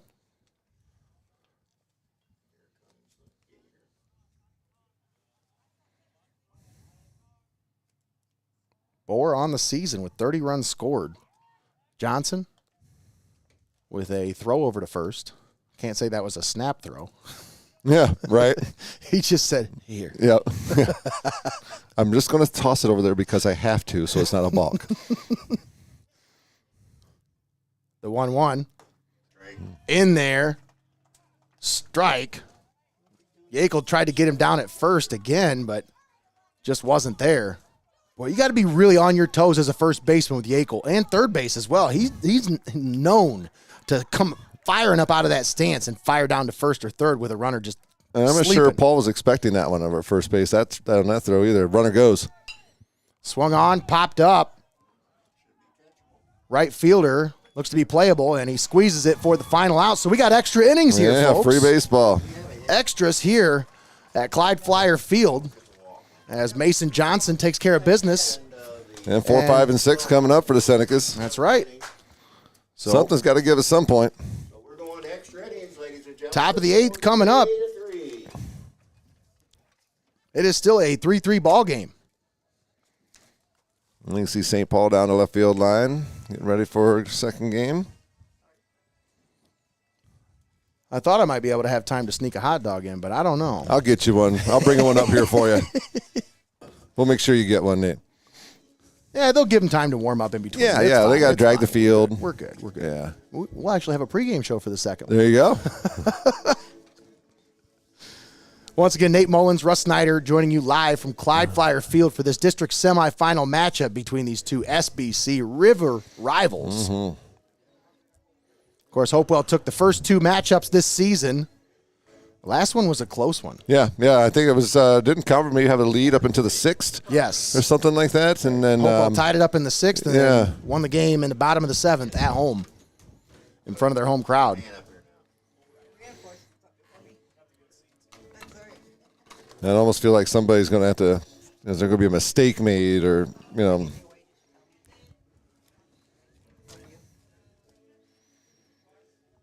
Ashton Bohr on now for his 4th inning of work.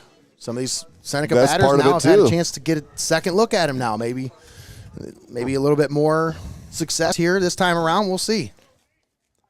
You know, as longer as this game goes, the more pressure is going to be on the pitchers, and you know you get in your bullpen more and more pressure. That's right. And 4-5-6 Yakel.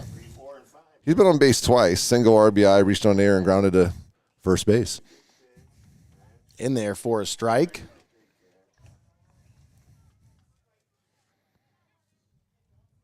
Top of the 8th. Extra innings here in this district semifinal. Ashton Bohr with the 0-1. Skips that one in there.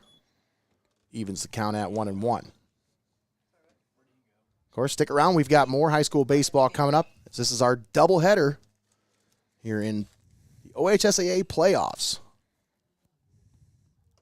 Outside with that one, 2-1 the count. Got next up, Old Fort versus Norwalk St. Paul. Old Fort winning their first sectional title in over 20 years. 4 seed versus 2 seed, right? Yep. Coming up next? Yep. 20 years. That's hard to believe. Yep. Grounded to this shortstop, throw over to first, and they get the runner. Perfect hop right to him. Good strong throw across the diamond for the first out. Oh, Ashton Bohr has done an excellent job since coming into this ball game. Really shut down the offense of the Senecas. That'll bring up Max Paul.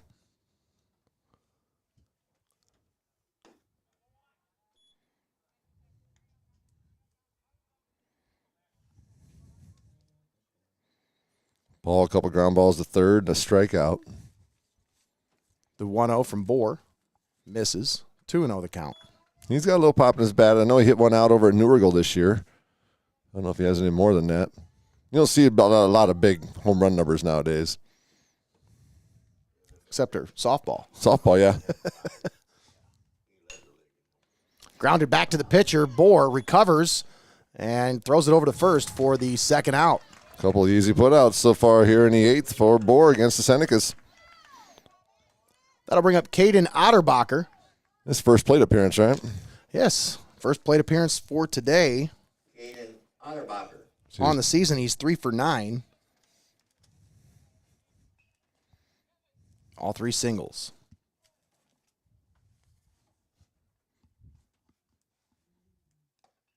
Shows bunt.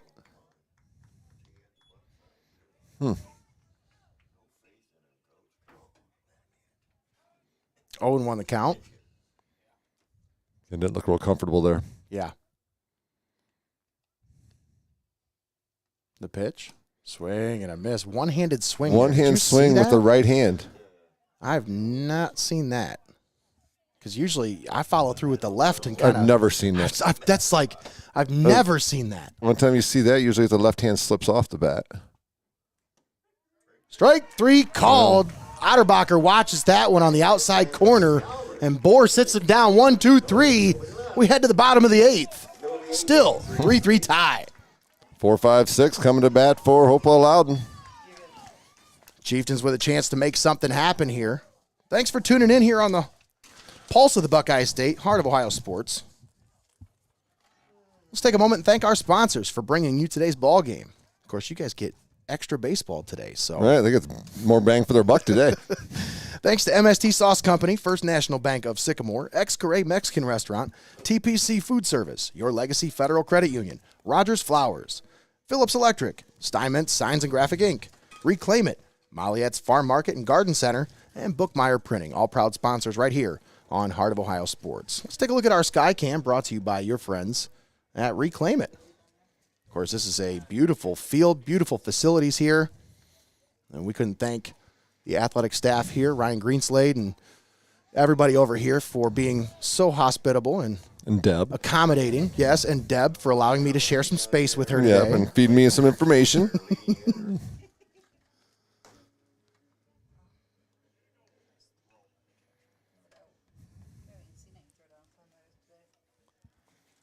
Bottom of the 8th here. As Russ mentioned, the 4, 5, and 6 hitters coming up for Hopewell-Loudon. Hoover's 2 for 3, a couple singles and a strikeout. Did score a run back in the 6th. Hoover's second in the SBC in RBIs with 33 on the season.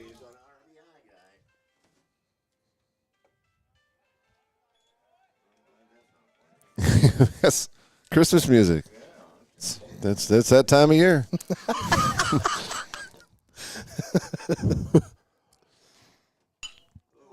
Three for 4. Well hit right into center field. He did a good job of hustling in case they bobbled it out there. He's going to get that second base and to get into scoring position. Let's see if they're going to try to move the runner here. Nobody out. Runner at first for Tyler Fideli. And Fideli's 0 for 3 with a couple strikeouts today. And you got McDonald on deck. Kane McDonald's 2 for 3. I'm bunting Fideli here. Absolutely.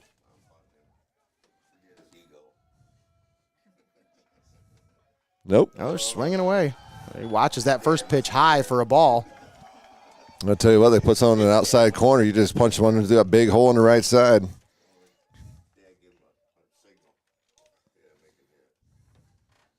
Johnson comes set. The 1-0. In there for a strike. 1-1 the count.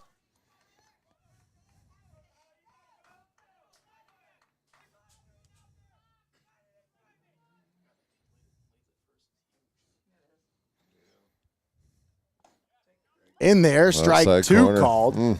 Caught that outside corner. You're Fideli. If you're swinging away, that's the pitch right there. You punch into a whole big hole there on the right side. You got first and second with nobody down. 1-2 the count. Johnson comes set. The pitch. Fouled at the plate. It stays 1-2. Hasn't looked too confident at the plate today. No. He's had a couple of guest swings. But Hoover in front of him and McDonald behind him have. So now if you can just do your job and get the runner to second base, you're going to give your team an excellent opportunity. Ooh. Tough pitch to take with 2 strikes. That's what I was just thinking. Whether it missed or not, that was a good-looking pitch. Especially if I'm Tyler Fideli. 2-2 the count. Tie game, bottom of the 8th. Fideli fouls that one off to stay alive. Count stays at 2-2.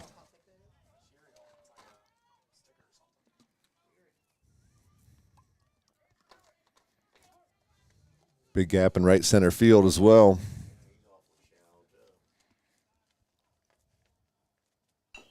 Swung on. Slow gonna move chopper the to the runner. third baseman. Spawn comes up and fires over to first for the first out, but Swinging bunt. he does his job. The runner moves into scoring position now at second base. And that'll bring up Kane Kane McDonald. McDonald. Yeah. Had an RBI singles last time. Singled and scored a run in the 5th and popped to 3rd. So 2 for 3. 2 singles and an RBI, run scored. They're going to put him on, which is might have to do that as well. Now here, you got the pinch hitter, Nate, who last time up hit a line drive single, his only plate appearance into right center field. Tie the game with Yes, the RBI. sir.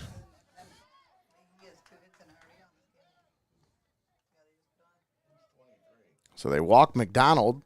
He Put pinch runner hit on. last time. First and second. Matt Wyman now the batter. 1 out. sets up the double play now as Johnson throws that one high. You'd love a little chopper right back to you right here. That's why you start them out with that first pitch high. You play with the eye level. That second pitch, probably going to be a little bit of a breaking ball, maybe down in the dirt. Try to get him to swing at it. Nope. I think goes fastball in. Oh, now you're head 2-0. 2-0 the count on Wyman. Showing some patience at the plate here.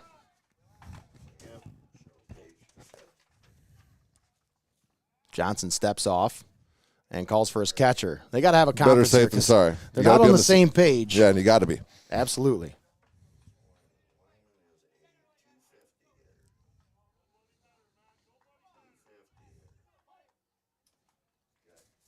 Two and 0 the count.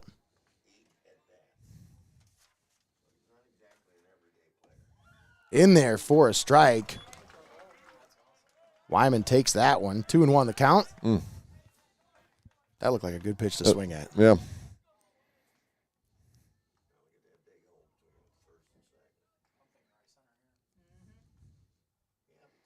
The 2-1. Swing and a miss. Nice pitch there by Johnson. Couldn't stay off that high fastball.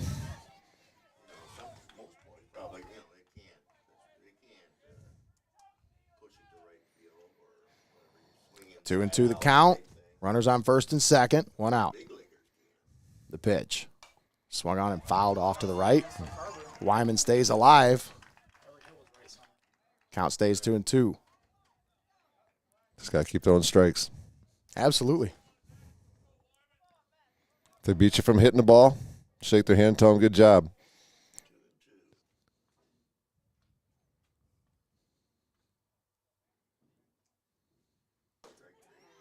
Strike 3 called. Oh. What a pitch by Mason Johnson. 2 strikes, you gotta be swinging something there. Take the bat off your shoulder. That'll bring up Jason Smith. Flew out to center, flown out to right, and walked.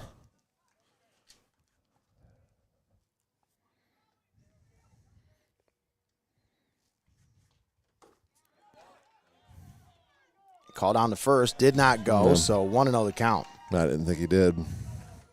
I knew he held up. I was just questioning whether it was a strike or not. Right.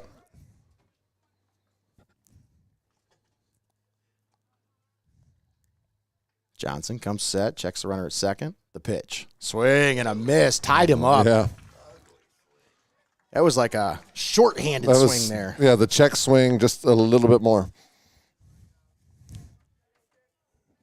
Count even at 1-1. Johnson comes set. The pitch. Swing and a miss. Big pitch there by Johnson. Now he's got him where he wants him at 1-2. And strike away from getting out of this. This is a big pitch here.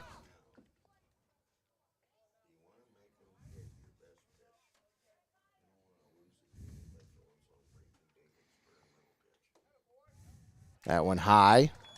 2-2 the count. Smith. Well, here's the pitch you want to get him. You don't want to go 3-2 and let the runners get a running lead on the pitch. So if you want him, you got to go get him right here. That's right.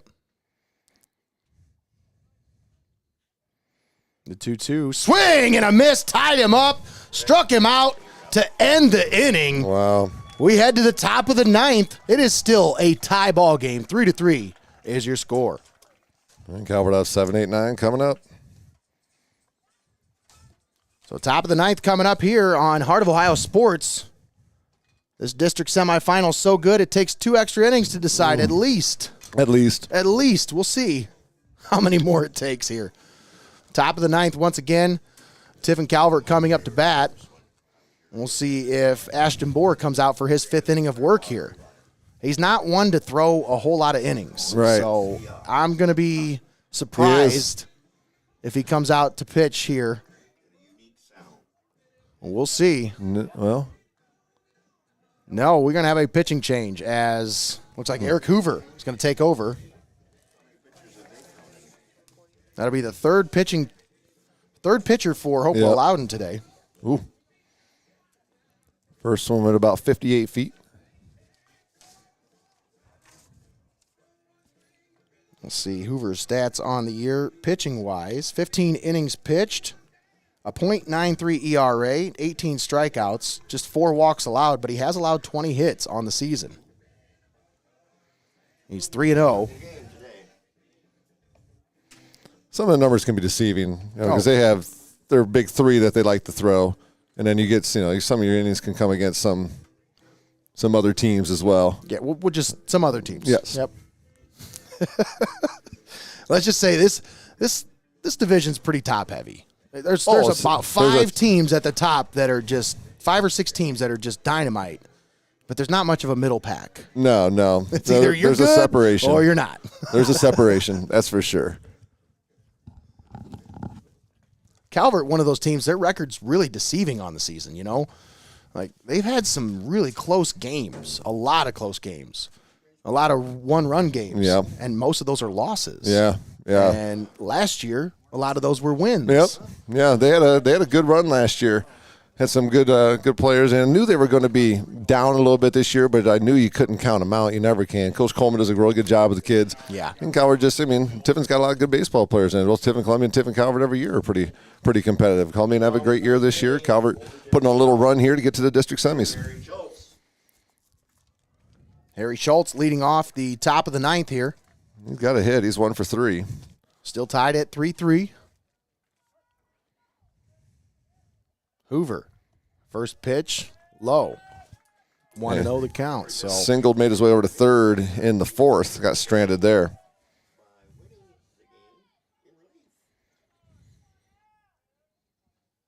The 1-0 from Hoover in there for a strike.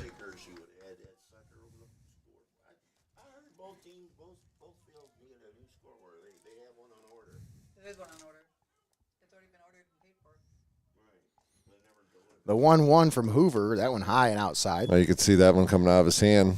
You saw his face. Yeah, things changed there on that breaking ball.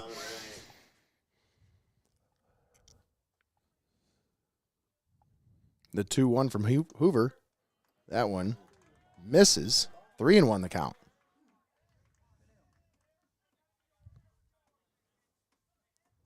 Leadoff walks will kill you. Harry Schultz. The 3-1. Hit foul off to the left side, down the third base side. Catcher's interference, so. They're going to give him the free bag. Oh, my. It sounded like that extra thud. Yeah. Yeah. Hit the glove. So that would give Calvert a free base runner down at first base with nobody out. There's Dylan Stevens, 0 for 3. A couple ground outs and a strikeout.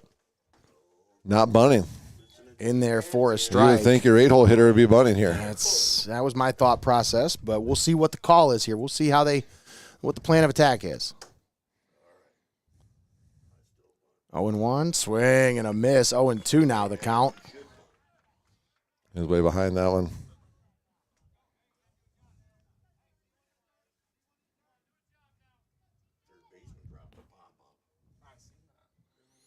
Oh, and to the count. Hoover comes set. The pitch.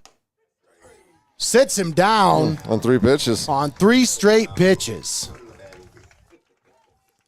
I'm a little shocked he wasn't bunting there. I thought the same thing. Nobody out, runner at first. Move him over. Find a way. Get him over.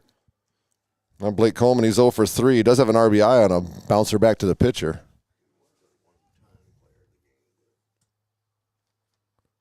I guess that was a bouncer. That was that squeeze play that where a bunt he worked into a. Yeah. Yeah. That was a nice play by Swanigan, the pitcher, on that one, I remember. That one outside. 1-1 the count. Hoover has an explosion when he throws that ball. Like it's got a strange spin on the ball. Yeah. And he needs to be careful, make sure he comes to a pause. He doesn't have much of a wind-up. It's just more of he's just throwing that thing, you know? You see that? Yeah. It's not much of a overhand. It's more of he's just straight whipping it. 2-1 the count. 1 out. Top of the 9th. Blake Coleman at the plate. Coleman hits that one first base side, gets through the first baseman, and the second and nobody baseman. makes a play. Everybody's safe. Runners at first and second with one out. Wow. So how much? I guess you keep hitting it down there, and eventually, one will get through. Right. And he had have been a tough play if he was able to get to it to begin with. But then the second baseman had a little trouble holding on to it, but him getting to that ball keeps the runner at second base as well. That'll bring up Nick Palm with a chance to play hero here for the Senecas. One out, runners at first and second. He's 0 for 4, 3 ground outs, and a pop up to short. You got your best hitter at the plate here. Palm shows a little patience, watches that first one miss low for a ball.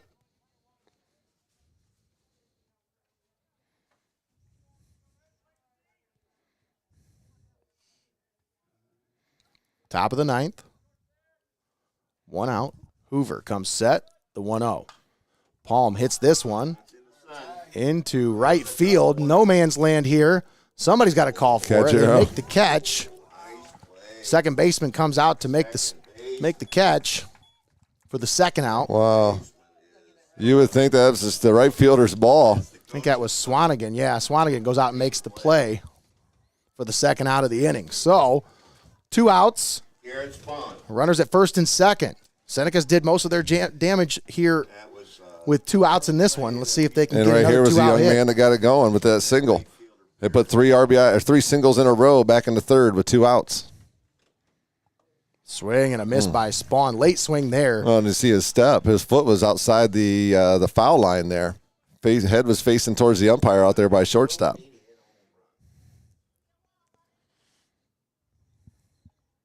The 0-1 from Hoover.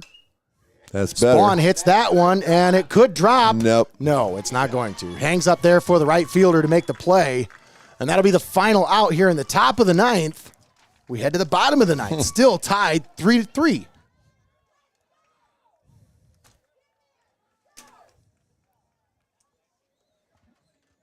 You had to know this was going to happen. Oh, my goodness. Right.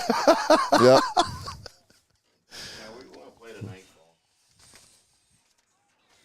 Thanks Wow. once again for tuning in here on Heart of Ohio Sports. We'll take a moment and thank all of our sponsors for bringing you today's ball game. Thanks to MST Sauce Company, First National Bank of Sycamore, Xcaret Mexican Restaurant, TPC Food Service, Your Legacy Federal Credit Union, Rodgers Flowers, Phillips Electric, Steinmetz Signs and Graphic Inc., Reclaim It, Molyet's Farm Market and Garden Center, and Bookmeyer Printing, all proud sponsors right here on the pulse of the Buckeye State, Heart of Ohio Sports. Bottom of the ninth coming up. Mason Johnson stays on the mound for his second inning of work. Well, it'd be third right now. Yeah, Third inning of work for Johnson because he came in at the 7th, and the 8th. 7th, 8th. Now here he is in the bottom of the ninth trying to keep these Senecas in the playoffs. Well, they got 9-1-2 in their batting order. It's win or go home for the Senecas. Or one for both teams either. But this one's a do or die inning here for the Chieftains, I feel like, because, they got to get something going here. Right. You give these Senecas too many opportunities, you're not going to hold them scoreless for. And they got 3, 4, 5 coming up in their batting order, and it's like, you know what? Let's just stop messing around. And you got your 9-hole hitter here. He's put the ball in play, lined out to second base his last time, hit the ball hard. But top of the order on deck. We'll figure out a way to get on base if you're Devin Falter here.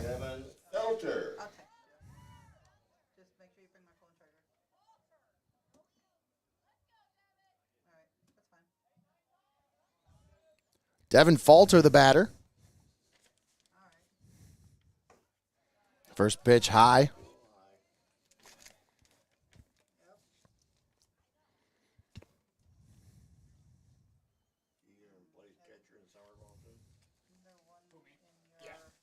Johnson comes set, the 1-0. That's up. Same pitch, misses, 2-0 the count. And a long look in from the pitcher. And Yackel even says it was up.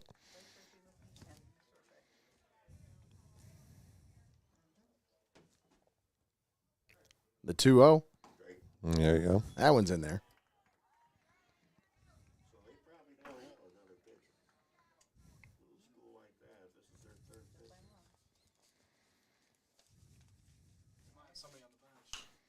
Back up the middle, right to the pitcher, Johnson.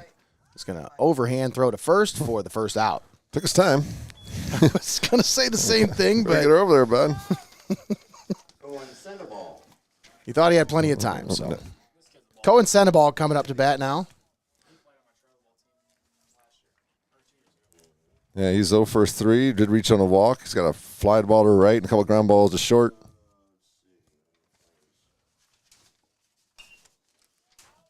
Fouled at the plate.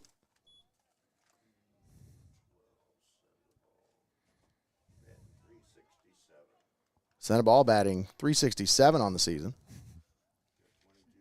Lob that one up there. I'm going to hit it out. Oh, yeah. Alley-oop.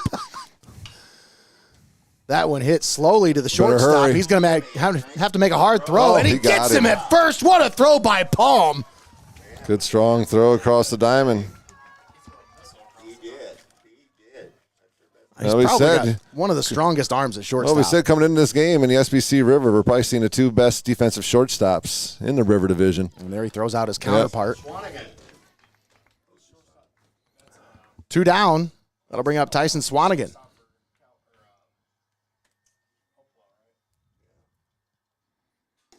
That one high. Swanigan 0 for 3. Couple ground outs, a strikeout, and a walk.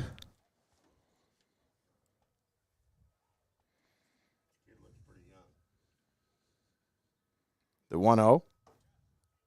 In there for a strike. 1-1 the count.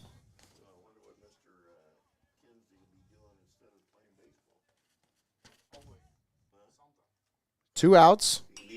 Swanigan flares this one right to the center fielder. Otterbacher comes on and makes the play, so we're headed for The 10th. the 10th inning. Top of the 10th coming up. We need more baseball to decide this one, folks. And we're going to the 10th inning. Yeah, go ahead. You're fine. You're fine, man. I got you. Here we go. There we go. So, once again, Nate Mullins, Russ Snyder, he's going to take a step aside and go take a little bathroom break. But in the moment, let's take a moment and thank our sponsors for bringing you today's ball game here on Heart of Ohio Sports. Let's thank MST Sauce Company, First National Bank of Sycamore, Xcaret Mexican Restaurant, TPC Food Service, Your Legacy Federal Credit Union, Rodgers Flowers, Phillips Electric, Steinmetz Signs and Graphic Inc., Reclaim It, Molyet's Farm Market and Guard Center, and Bookmeyer Printing, all proud sponsors right here on Heart of Ohio Sports. Of course, you talk about some of these fine community-minded sponsors, and I really don't get a chance to get in depth with some of them. And one of them, folks, I got to tell you, you got to visit Phillips Electric in downtown Tiffin.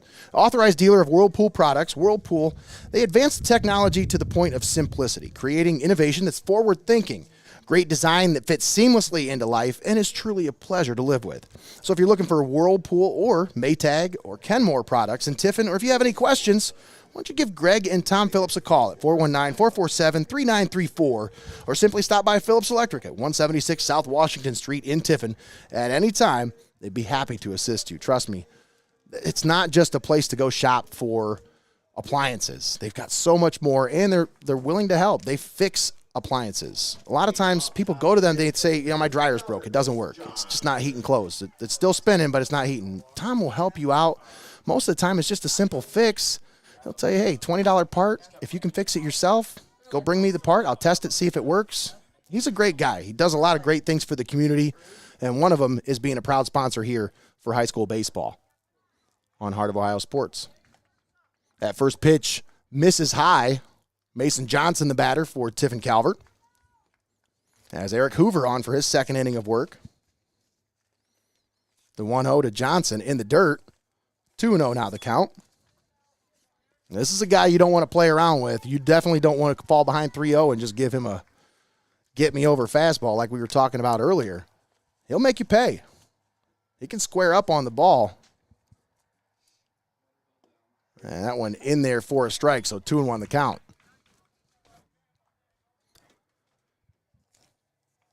Johnson, as we mentioned earlier, leading the SBC in RBIs with 35 on the season.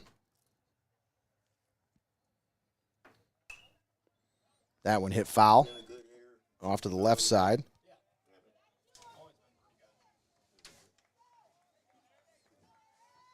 Also 12 walks on the season for Johnson, so he does have a pretty good eye.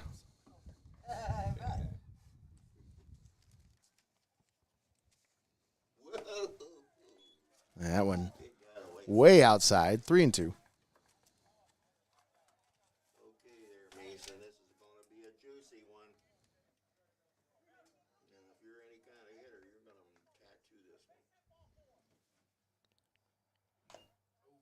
Swung on and foul tipped at the plate. Stays 3-2. He wants to do something with that ball. He wants to drive this one, put it into the alley, get on second base, put himself in scoring position. Right back up the middle, base hit. Johnson gets himself on board with a leadoff single. And that's huge for Tiffin Calvert. Yeah. I was going to let him talk a couple times before I figure it out. Maybe he didn't want to. You walk away, they turn you off, they hide your headset, and you come back. Hey, man, move your seat. Move your feet, lose your seat, you know? Hey, that Johnson's third hit of the game, all singles. Been on base 4 times, too. Now, Yako, he's singled once, reached on an air.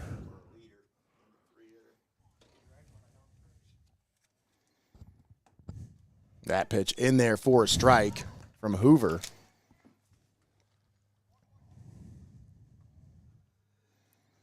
I don't think they'll give Yako the bunt sign here. He's just too good of a hitter. Well, there it is. There it is. That one in the dirt. 1-1 the count.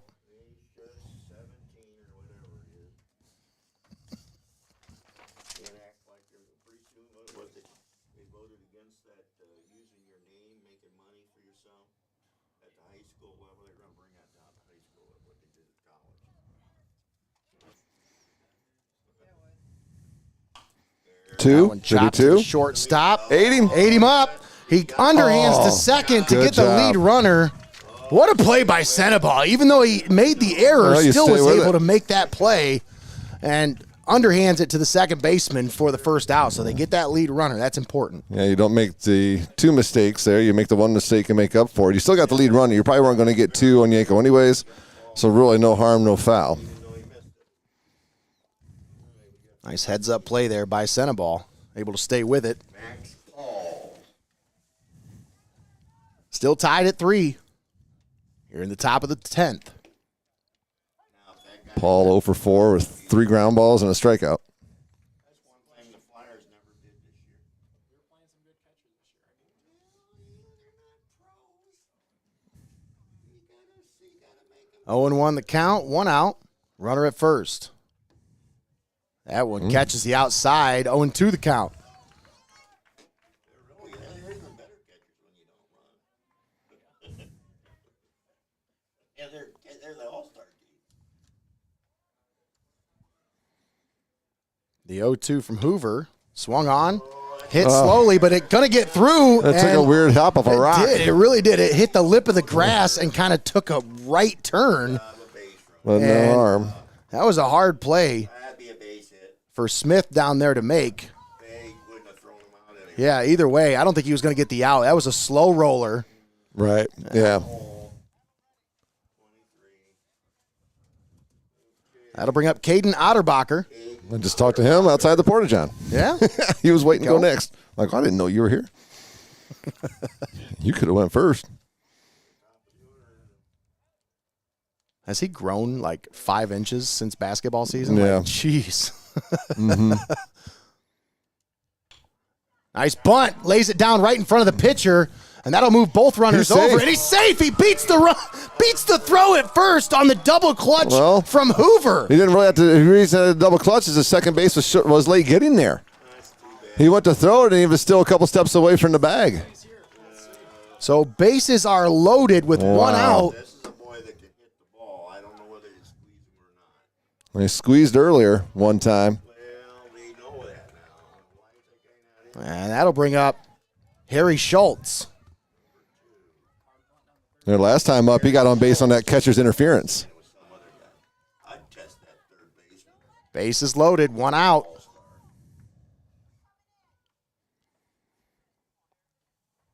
Schultz watches that one in the dirt.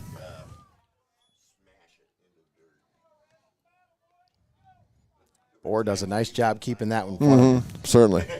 It's a crucial situation here with one out. You know how much easier it is to pitch when you got a catcher you can rely on out there? Changes It's like a everything. security blanket. Yeah, it changes everything.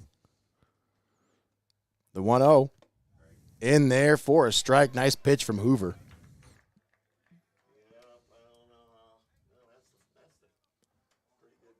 One and one the count with one out. Bases loaded. Seneca's threatening here in the top of the 10th.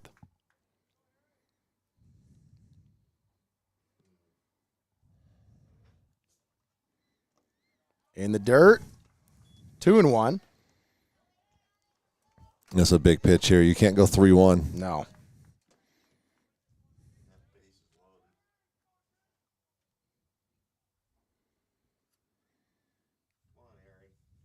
Hoover comes set. The pitch. That one. Fouled back. Bohr chasing, but he'll give Again, way Hoover as better that be one careful. goes I don't foul. know. He was really quick on that. He didn't really come set much at all. And last thing he'll do is balk in a run.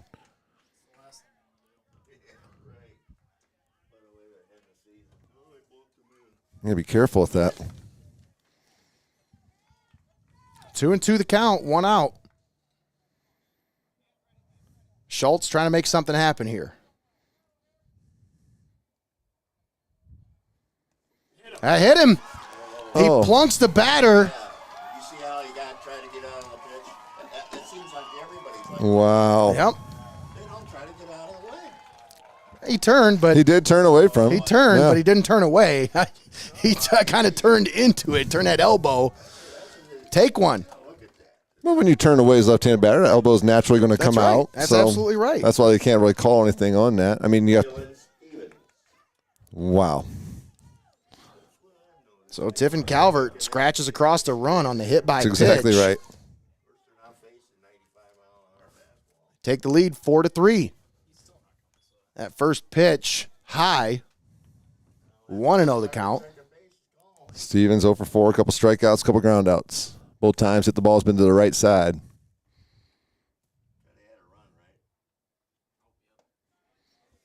That one inside. 1-0 the count on Dylan Stevens. Base is still loaded. One out. Hoover comes set. The pitch. Stevens chops that one right back to the pitcher. They'll come home for the force, and they'll fire down to first, but the throw gets away from the first baseman, and another run will score as Otterbacher crosses the plate for the 5th run of the game. Wow.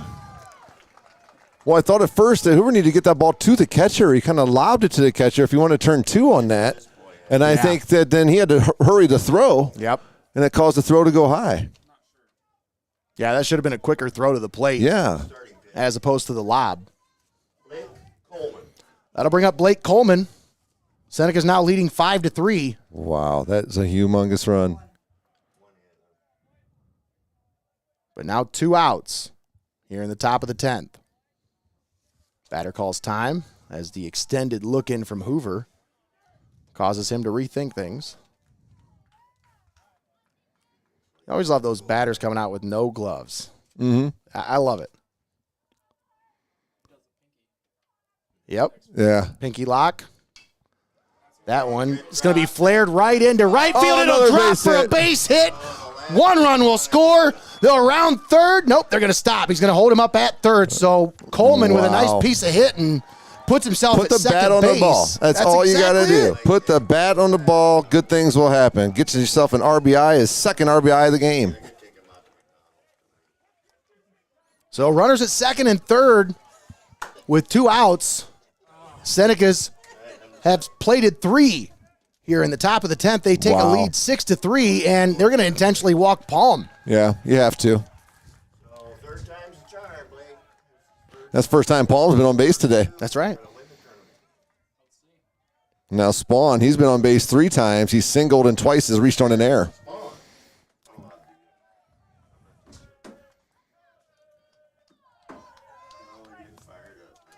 We've called him the funky freshman. We've called him the cerebral sophomore. He is I'm telling you what, I love alliteration. I love it. he's a joy to watch on the basketball court. This kid he's been fun to watch over the last 4 years. Yes. His point guard. Dynamite point guard. Going to Heidelberg.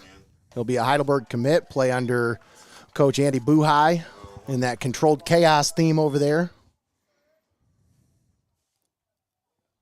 How many other guys are on the basketball team? We got a couple of them. A lot Max of them. Paul. This is a smaller school, so a lot of these guys play 3 sports. And 3-0 count now. And if I'm this pitcher, I probably just put Spawn on here. He's already showed. Well, no, I just If basically you want to give him a run, sure. You can't put him on. I forgot they put Palm on. Yeah. So never mind. You got to pitch to him, It's ball 4. and they're going to put him on anyway. It's falling apart. 4 straight pitches, 4 straight balls. That'll walk in another run. So Senecas take a 7-3 lead here. And now you got your pitcher of record for Calvert coming to the plate. Mason Johnson. Mason Johnson, the last guy you want to see with the bases loaded, strolls up to the plate. Oh, here's the guy you don't want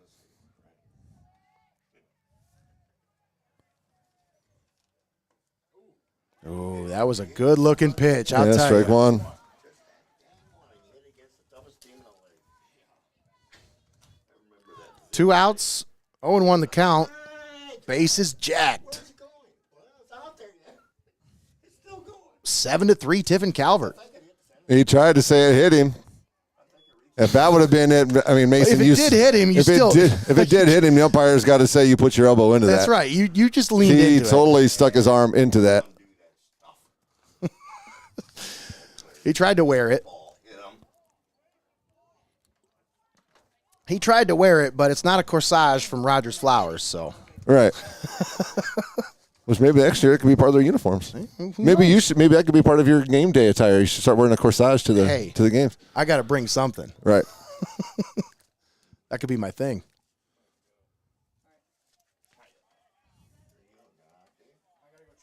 And so even though it did hit the batter, didn't make much of an attempt to get out of the way there, so he'll stay in the batter's box. Best 1-1. case scenario for Johnson's there is that we're playing on, I think. That's right. Because he shouldn't have got the free base. And then, yeah. Swing and a miss by Johnson. 1-2 the count now.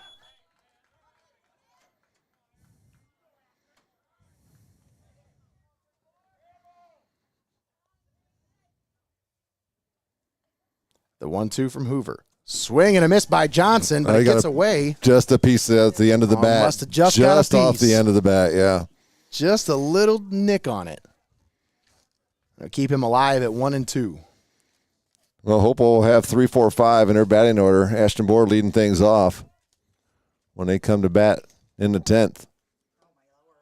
High. 2-2 the count.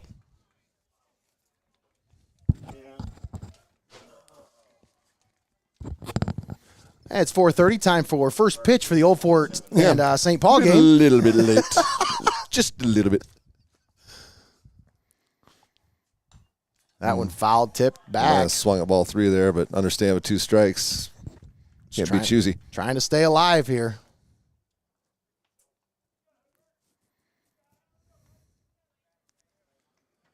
Count even at 2-2. 2 down, bases loaded here in the top of the 10th. 7-3, Tiffin Calvert, after they've plated 4 here in the top of the 10th. The 2-2. Swing and a miss. Swung at a bad pitch there. You almost feel like Mason want to get out of there and get back out there and get on the mound now that his team's giving him a 4-run advantage. We'll see. We'll see how fired up he is as he comes out. And we'll see if he is the pitcher of record here. Is he? Obviously he is. Yeah, he's But we'll batted see. twice that inning. Yeah. Seneca's sent 10 to the plate in the 10th. What an inning for the Senecas as they break this one open. 7-4 or 7-3 is your score. But you got to go out now and play some defense. You got the heart of their lineup coming up. You got to go out and finish this thing the way you know you can. That's right. And you know this team is not going to go away. Oh, no. They're going to come out hacking.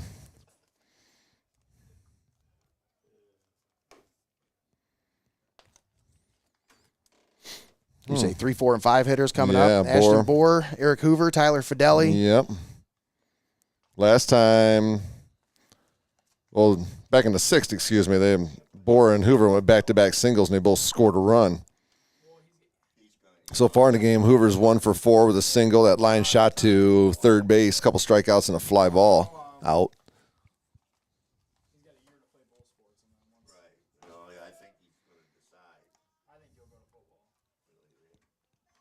Johnson will be on now for his 4th inning of work, 7th, 8th, 9th, 10th. Yep, Yeah. 4th inning of work now for Mason Johnson. And if Calvert can hold on, they would not have to have used Max Paul at all, and he'd be fresh and ready to go. Don't know what they would have as far as relief is concerned on Friday. Well, you would hope that Max Paul can take you most of the distance. You're going to try to ride him, I'm sure. They but you got to get also 3 have outs still here. Caden Otterbacher as well. That's so true. I forgot. got I wasn't a thinking couple about other Caden. arms. Yep, I wasn't thinking about Caden. That one in there for a strike. Johnson starts him out with the first pitch right over the heart of the plate.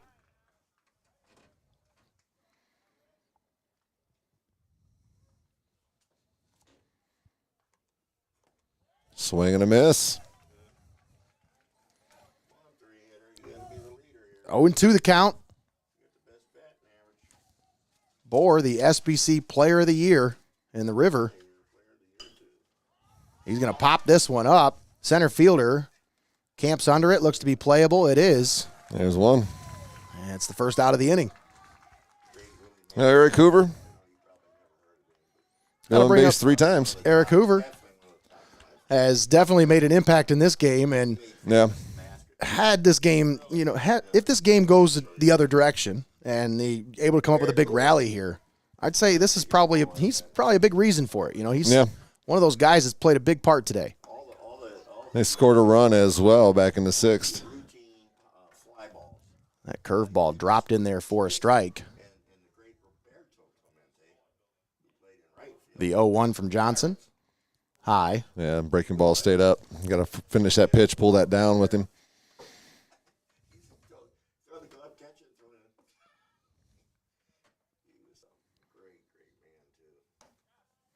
That one outside. 2-1. 2-1 the count.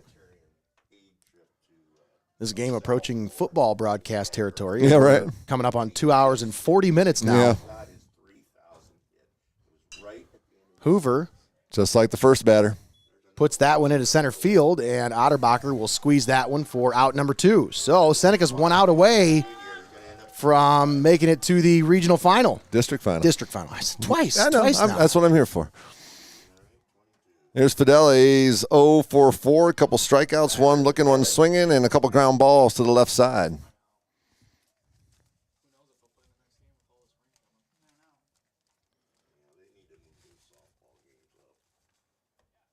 What a pitch by Johnson. Dropped that one in there for a first pitch strike. He's working ahead of these batters here. All 3 batters, he started out with a first pitch strike here. Yep, that's huge. That one in the dirt. 1-1 the count. 2 down. 7-3 Tiffin Calvert here in the bottom of the 10th. The pitch from Johnson, that one low. 2-1. Seems content trying to work him with the breaking ball.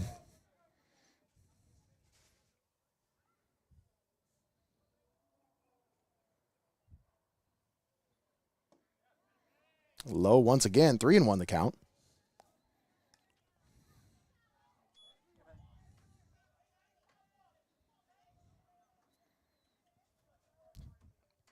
I'm just rearing back and throwing the hardest fastball I can throw right here. That's right. That was the call. Yeah. They got that one over for a strike. So full count now. Chieftains down to their final strike here. Calvert a strike away from moving on.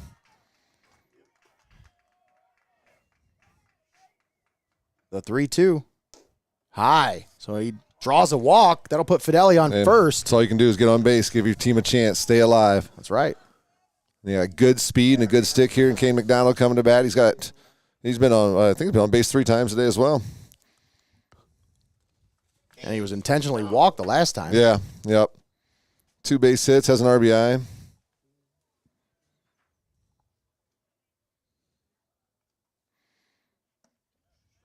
And again, a first pitch strike. All 4 batters this inning, he started out with a first pitch strike.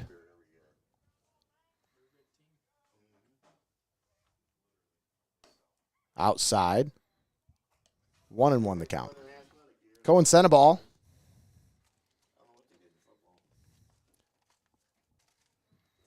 Is not out there.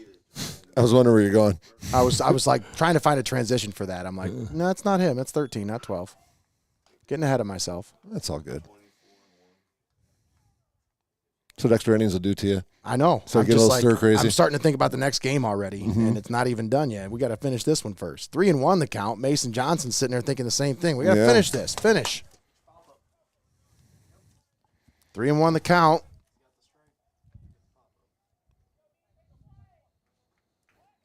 Throw over first. Bad throw. Paul Gets away wasn't from the there. first baseman. Paul wasn't there. I don't know if he was told. Throw down Get him to at second.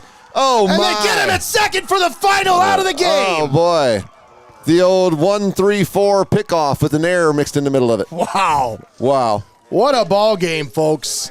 It took 10 innings to decide this one, but we have a final. We do. And We have a congratulations final. to Calvert and congratulations to Hopewell-Loudon on a fantastic season and tournament run. But today it was Calvert's day. That's right. You know? So, Chieftains are going home, but the Senecas are moving on. yeah, they'll be playing Friday right back here again, weather permitting. That's right. They will play right here for the final, the district final. Yeah, there you go. See, got it it only right. took you 10 innings and you got it right now. Three times. Third time's a charm. There we go. Once again, your final score 7-3. Tiffin Calvert with a big win over Hopewell-Loudon. We're going to step aside and take a timeout, but when we come back, we'll bring you the post-game show brought to you by First National Bank of Sycamore, where we will bring you the player of the game, brought to you by MST Sauce Company. That's all coming to you next right here on Heart of Ohio Sports. Don't go anywhere. We'll be right back.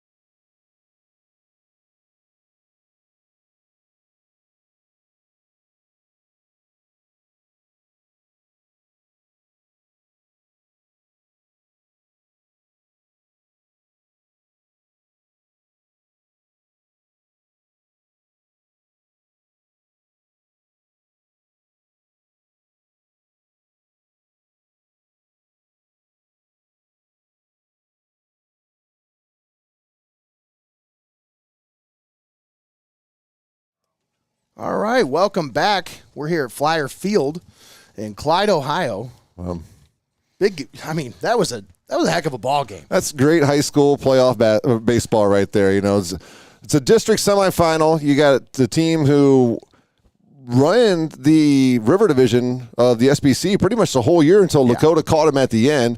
And a Calvert team who we mentioned at the pregame and during the contest, you never can count them out because you know that they got good ball players.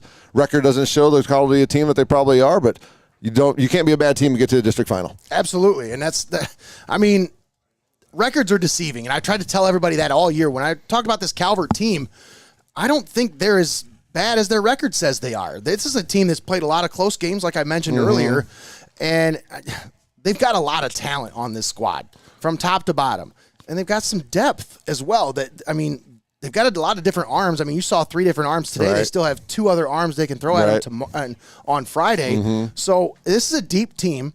They're talented, and record be damned. This is a team that can make some noise in the postseason. It can be anybody's day, anytime, any single game. And today was Calvert's game. Like we said, take nothing away from Hopewell-Loudon. Had a great year. I'm sure they're very disappointed. I'm sure that they're just sick about it, and Calvert kids are ecstatic. But it is what it is. It's high school baseball. It's just like anything else. At the end of the day, when you're talking tournament play, one team moves on and one team goes home. That's absolutely right. Once again, you're tuned in here on the First National Bank of Sycamore post-game show. Let's take a moment. Let's talk about our player of the game. Of course, player of the game brought to you by MST Sauce Company. Russ, you get a chance to check out the latest broadcast with so America's Best Restaurants was Isn't in that at cool? Madison Street Tavern. Did a little photo shoot, little video shoot, and they got the chance to try out all the different menu items. But most importantly, you got to try those sauces. Right, no doubt, no doubt. 5 different sauces now available for purchase. You can go to mstsaucecompany.com. You can get yourself the Griff sauce, the hot garlic parm, the creamy garlic parm, guard Cajun, and social burn. And don't forget to grab a little jar of that special dry rub seasoning. I'm telling you, it is so versatile. You can use it on anything. But my secret cheat code, kettle corn. Okay, I've heard you say something about that Dry before. rub on kettle corn. I'm telling you, I've told you a few times, but if you haven't tried it yet, I don't know what you're waiting for. Yeah, there's a lot of good chicken out there. What makes a difference sometimes? It's the rub, it's the sauce. So absolutely, right there with you. So let's talk about this player of the game.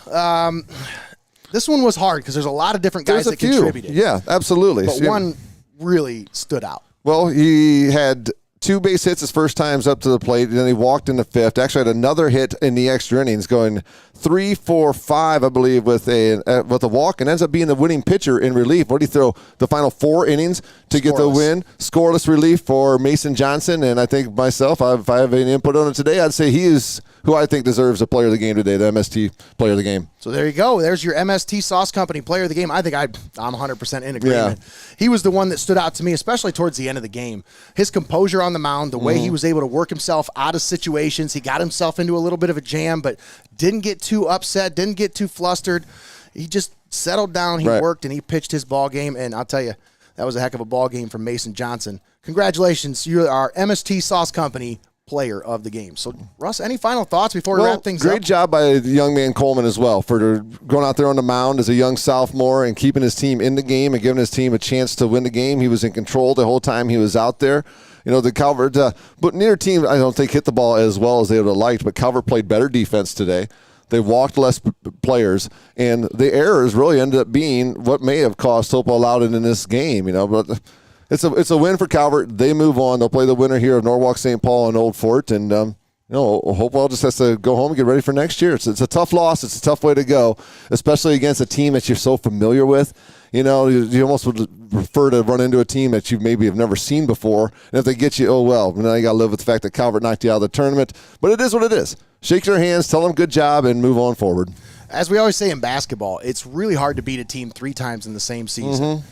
The same rings true in baseball. These guys have seen what they bring to the table. They've seen these guys 3 different. Now this is the 3rd time they've seen each other, and the last time this was a close game. This was a really close game between these 2 schools, and I thought this was going to be a great game today. And it was. We were in for a treat, and once again, folks, you got your money's worth today. Yeah, 10 innings, high school baseball between 2 really good teams.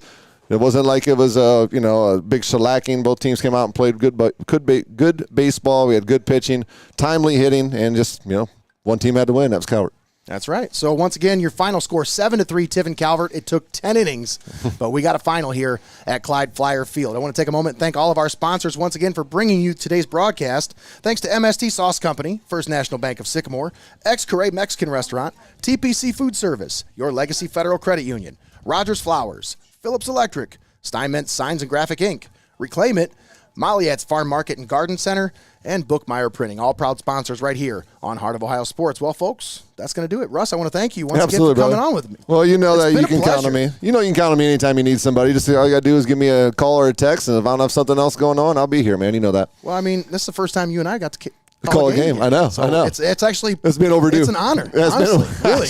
I was really excited about today, and I think it went pretty well. I think it went pretty well. Other than a little hiccup in the beginning. Which we got fixed from this gentleman right here, taking care of business there in the first inning. He only missed 2 outs.